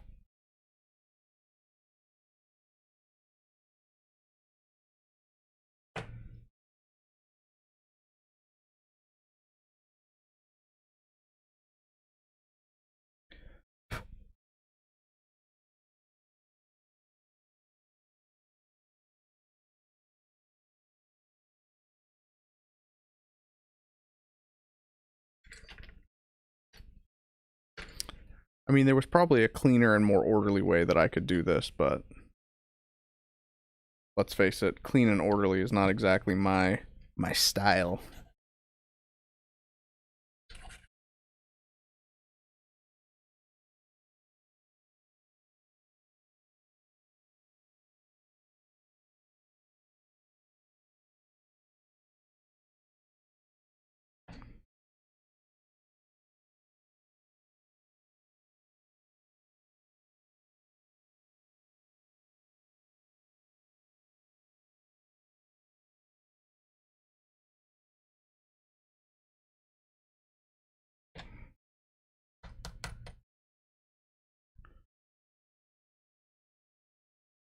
Wait, I'm back. I didn't know that you'd left. How dare you take breaks from my stream. It's not like I go complete AWOL on you when I'm lurking for hours.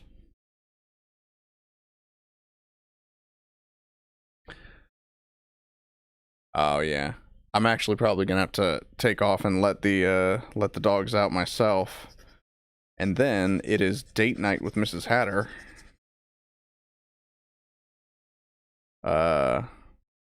We got a gift card to a hip new restaurant that neither of us have been to yet. I'm wondering, she might be ready to go.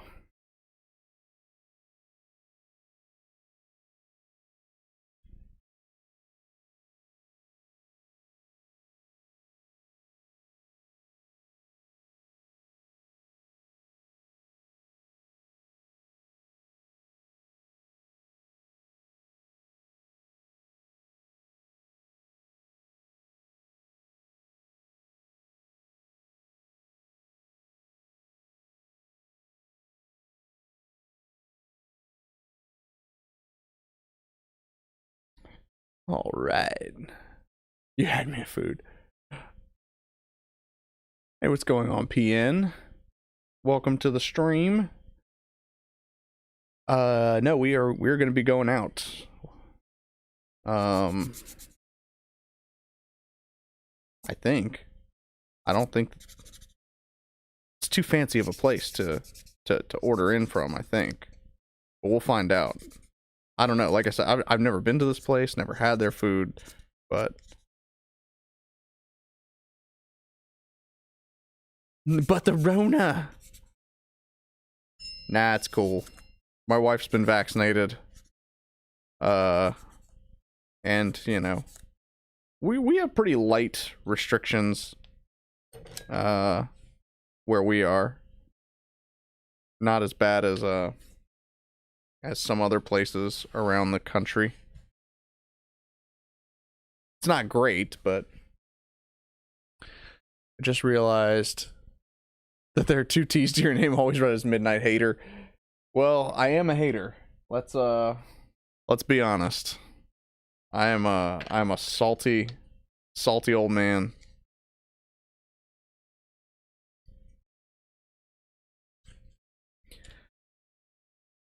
But that's okay. Most people on Discord probably just like tag me as Mad Hatter.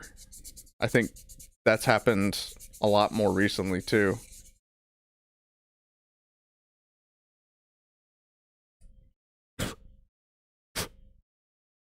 But yeah, Midnight Hatter is just an old gamer tag that I've had for,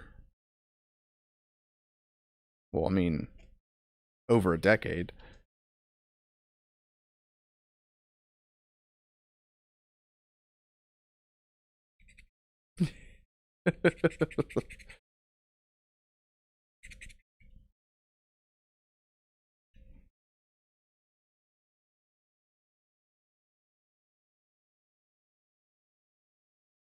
God, this stuff's just like caked in these little crevices.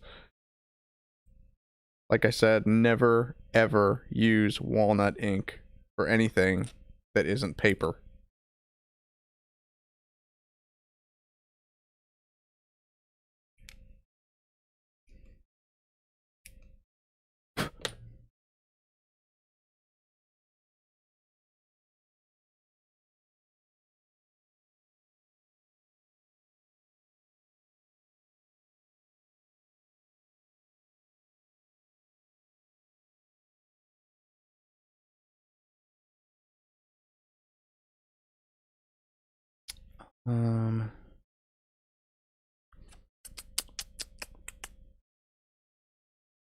Oh man, some mott sticks would hit the spot.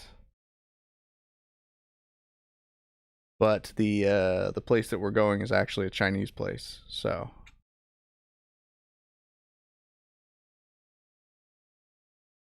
it's the Geneva suggestion. I've got some inks I need to experiment with on throwaway models. Yeah, what kind of inks are they? Because I can assure you, I've got these Liquitex acrylic inks. They're like muted colors, so they actually look pretty sweet. I can this is just a little piece of foam. Just gonna dab some of this out.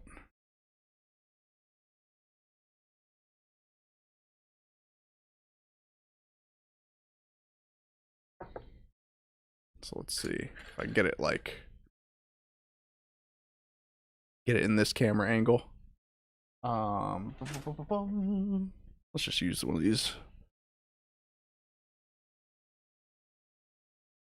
So it's a really awesome color. And I tried to tint some resin using these guys. And it came out terrible. Apparently you should not tint liquid resin using any kind of acrylic paints or inks because they release air while the resin is curing. So all of the molds that are like the castings that I did in those molds came out like frothy looking, kind of like if you've ever used Gorilla Glue, the way that Gorilla Glue like kind of gets all frothy. Made me so mad. Daler Rowney ink. Interesting. I've never heard of that. If it looks good on your models, let me know. I'm always interested in using different techniques and different products. Need another piece of sandpaper. This 400 grit sandpaper is actually working out really nicely. It's not, I was worried that I was going to have to go back with the, with something finer, but it's actually like the perfect balance of,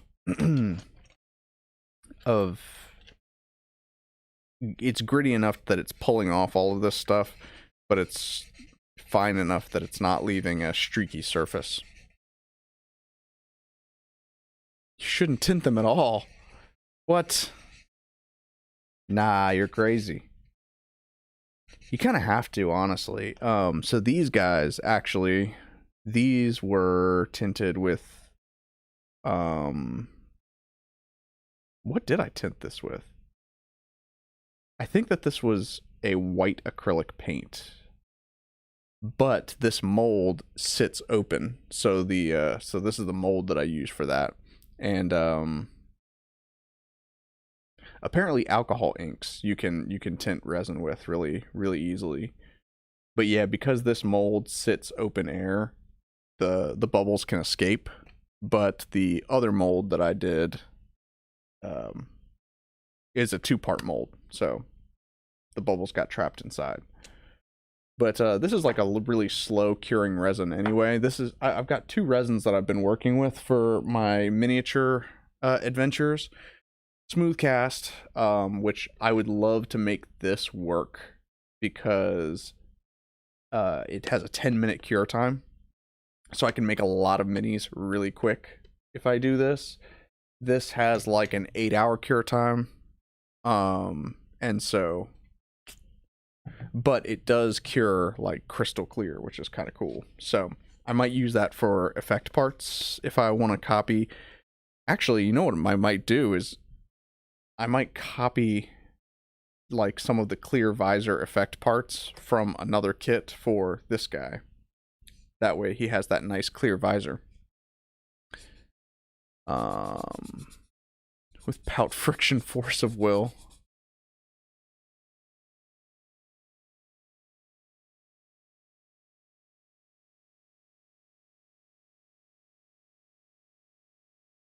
Ooh, burnt ochre ink would probably be pretty sweet to play with.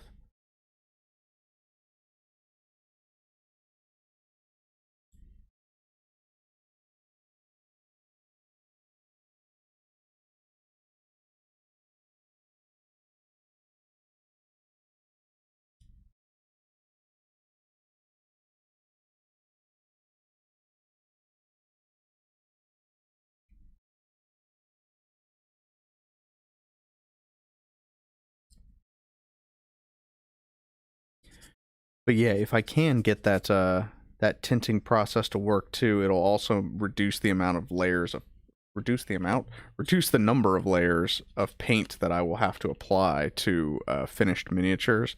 Because say for instance, if I'm making a Zaku, I can just cast the parts in green, and you know, I only have to paint the things that aren't green.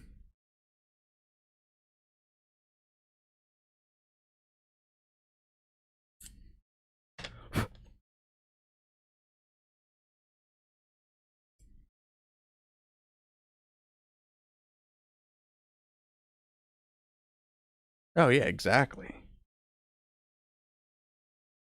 Modeling and minis, there's so much overlap too between what you can do with one and what you can do with another.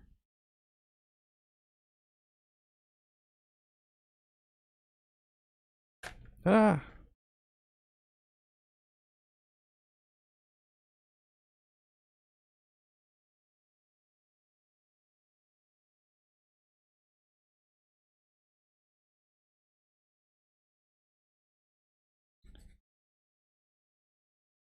look at that. The foot was not glued together after all. Wonder if this one is. Nope. I'm actually surprised that I didn't glue these things.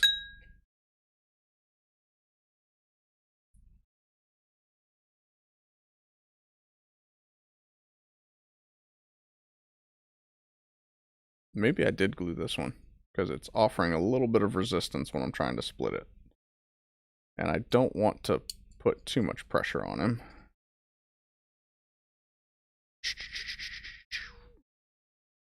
There we go.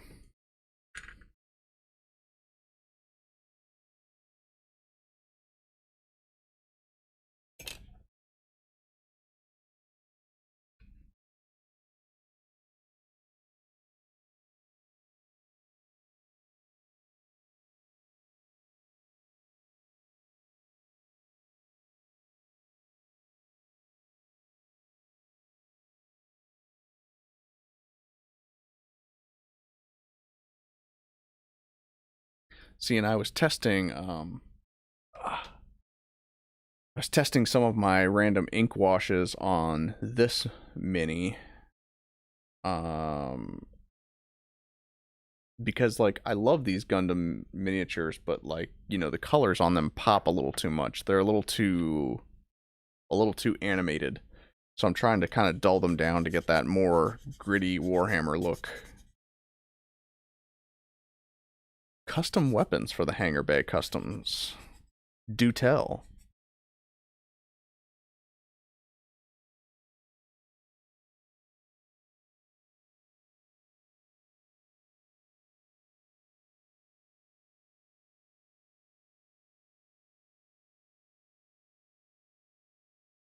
Are there like custom weapon type? Oh, start with a frame.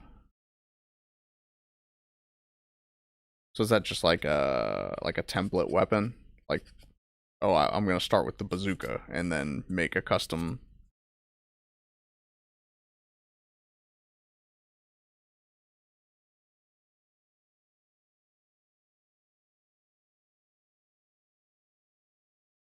Okay.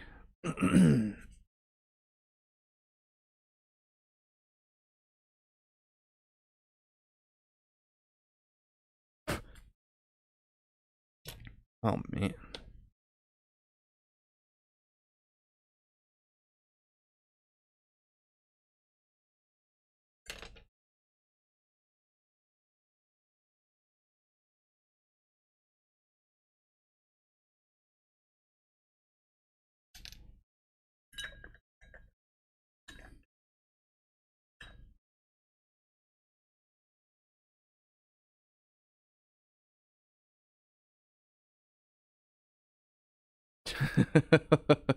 There you go.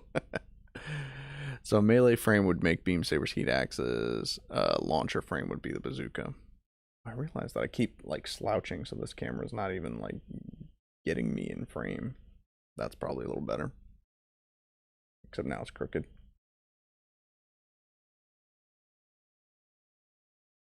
And I made it worse. And I'm still making it worse. Oh, there we go. Rifle frame, pistol frame, mounted frames. Trying to think of any other frame types that you might run into.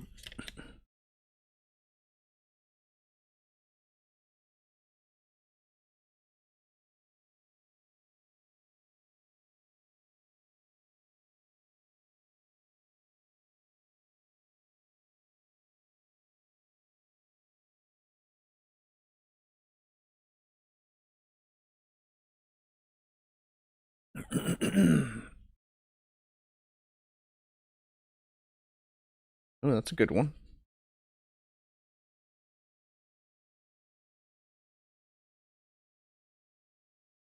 What about like two-handed? So like I feel like it's a little heavy on the ranged weapons, but like the melee weapons are a little too broad, right? Because melee covers like everything. So what if you had like two-handed weapon frames, um, something like something like exotic melee weapon frames, like for the heat rod and things like that?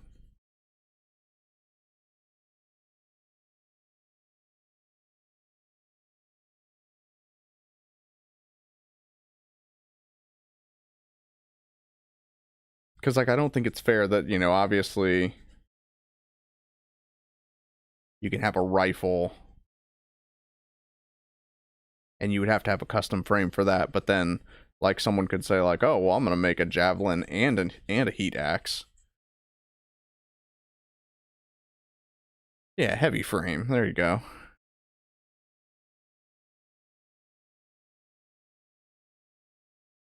Isn't there a game called Heavy Frame?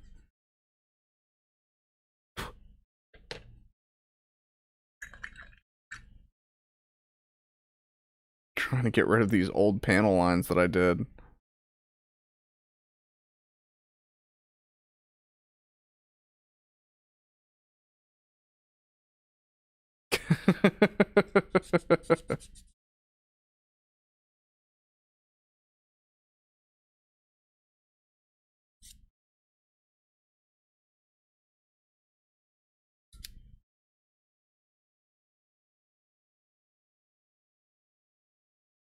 And then like I can't tell if these are decals that I put in here.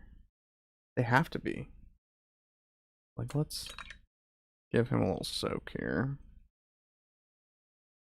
I'm gonna come in here with this guy.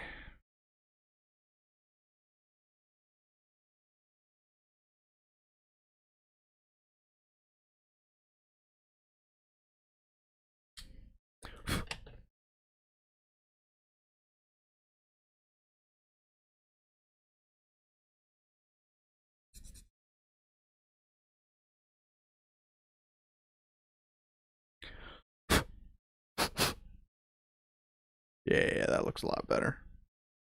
This part I'm definitely gonna have to just like put some putty in.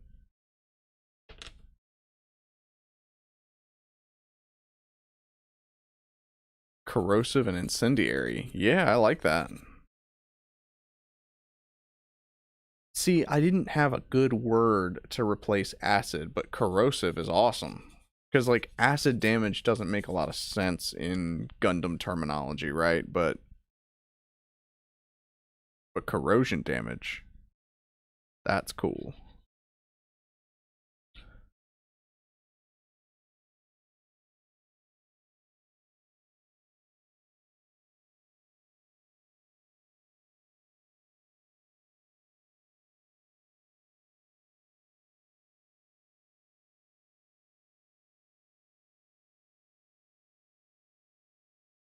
Ooh, throwing frame. Yeah, that's good. Cover, like, grenades and things like that.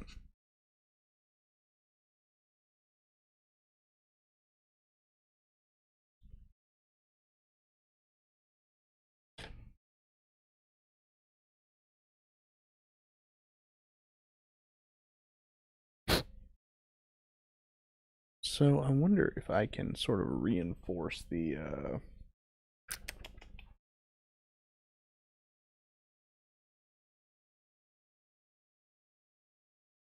um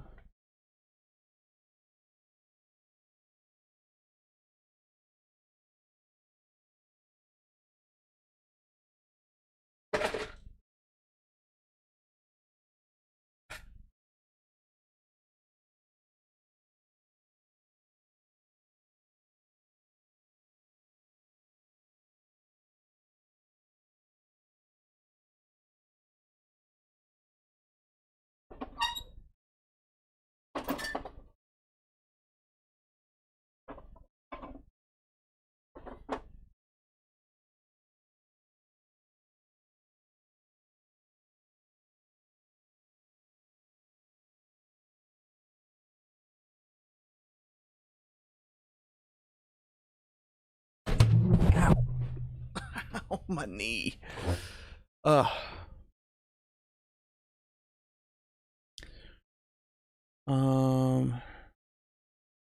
How viable would it be for...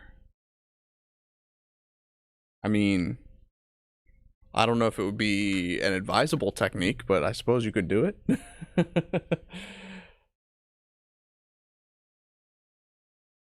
Yeah, that's a great idea, though.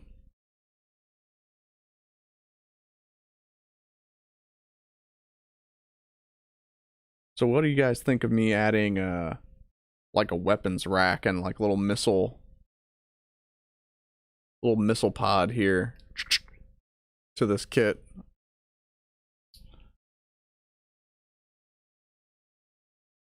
Something mounted on the shoulder or something like that.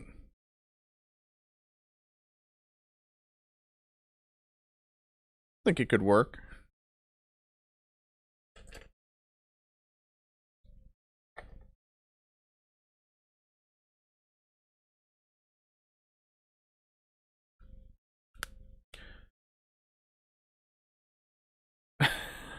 The Seattle raid.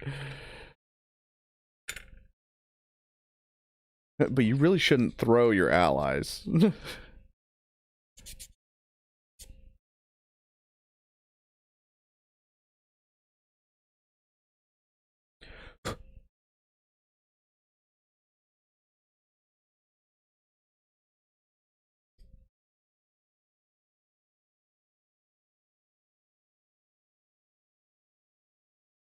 I remember there was a D&D game I was running where it was like a pair of partners. They worked together. It was a halfling and a loxodon, and the loxodon would fastball special the halfling. That made for some funny encounters.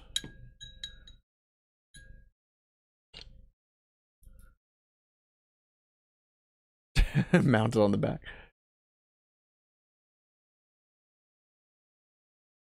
Long arming landmines.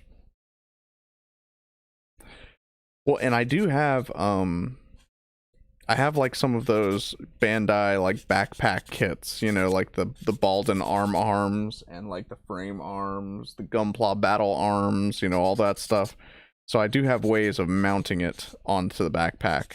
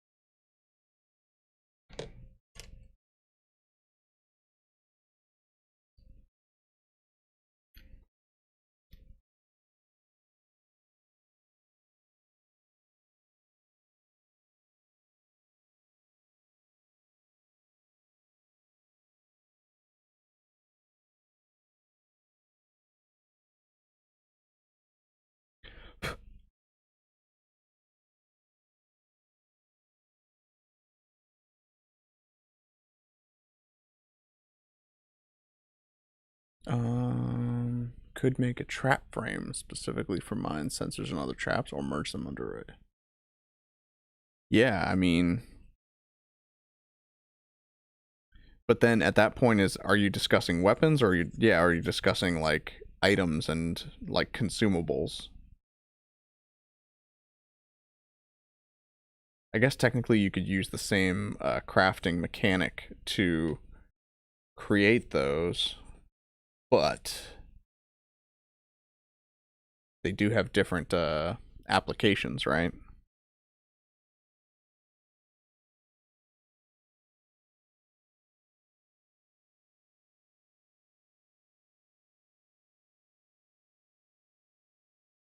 So they might have like different requirements, is all I'm kind of getting at, is like, you know, if you created like some kind of armor point restoration bomb or like recovery point, it wouldn't have the same stats to calculate as a weapon would, but Maybe you've already thought this out.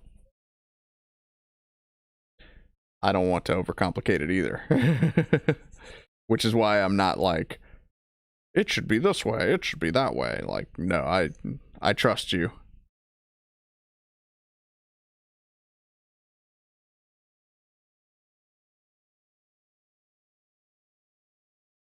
Because again, if we wanted a complicated Gundam RPG, we could always just play Mechton.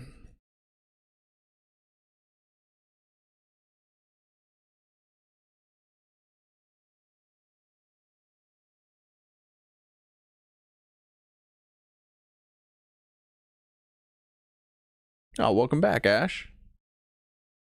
Man, have I really been streaming that long?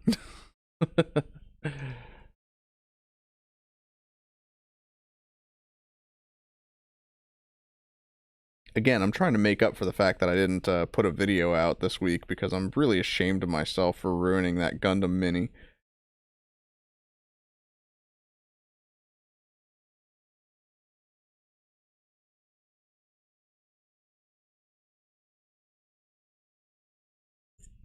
But yeah, let me know if you guys would want to see a live stream of me working on like doing video game dev stuff, because I've been pretty deep into making like that turn-based mech combat like strategy game.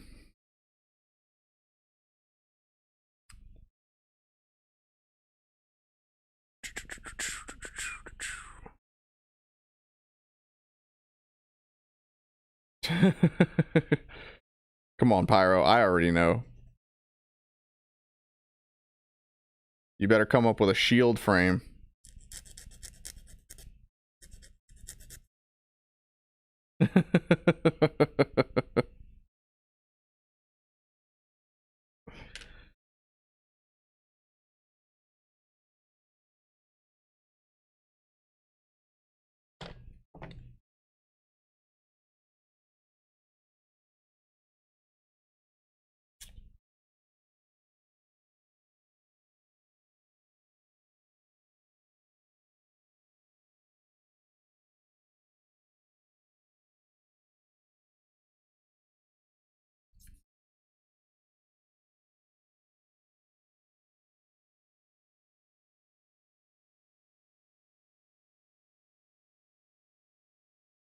It's amazing to me how much different the GM Guard custom.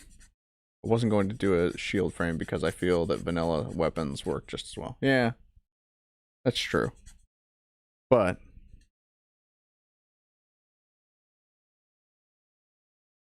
it's the GM Guard custom is what he wants to make.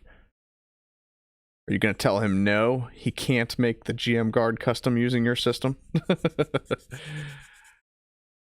uh...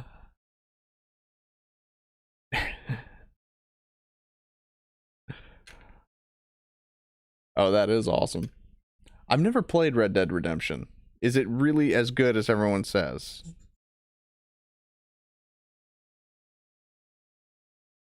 Oh, what is it? The Dullahan?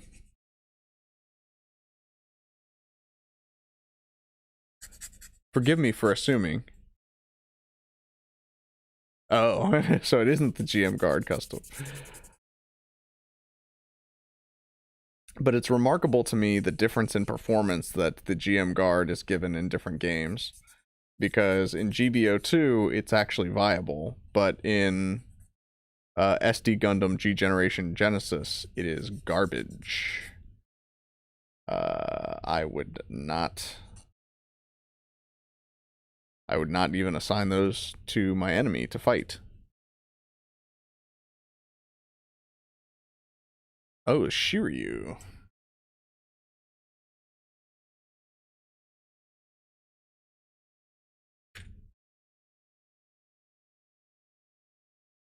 It's not that odd.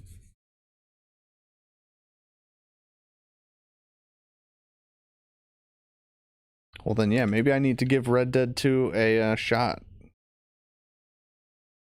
See what the hype is about.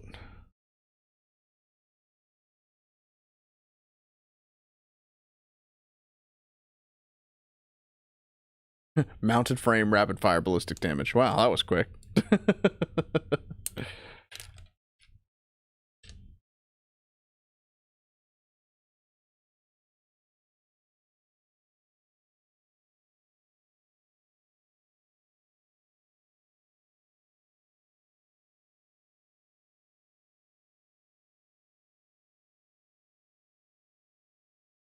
Oh man. Well, I think I've gotten this to a point where it's clean enough for me to start carving into it and hacking it up again. So I might, oh geez. So I might end the stream there and pick up when I get into the to the proper customization. I'm still debating about whether or not I'm going to cut the ankle guards off of the bottom of the shins. I'm just not so sure that I can get them to mount back onto the foot.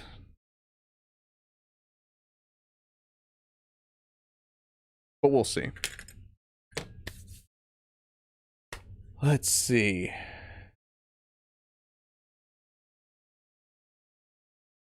Armored sniper or full armor Gundam. Those are sweet. Fair enough. Lyoko, you were in on a campaign slot when we get rolling. I definitely would like to get our big campaign together. We just need to decide on the player limitations, honestly. The maps and everything are done. And then maybe I need to make a couple of modules that would make it easier for the fellow DMs on the server to manage. Looking for a module release end of next month, and the campaign starting shortly after that. Oh, shoot.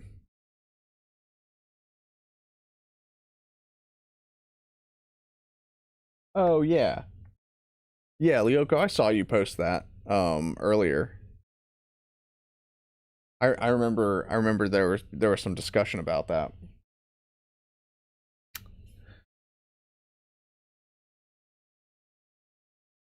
I didn't have any feedback because I was like, I don't know enough about this to offer any constructive criticism. Anything I would say would just be like, that's OP, or it sounds OP.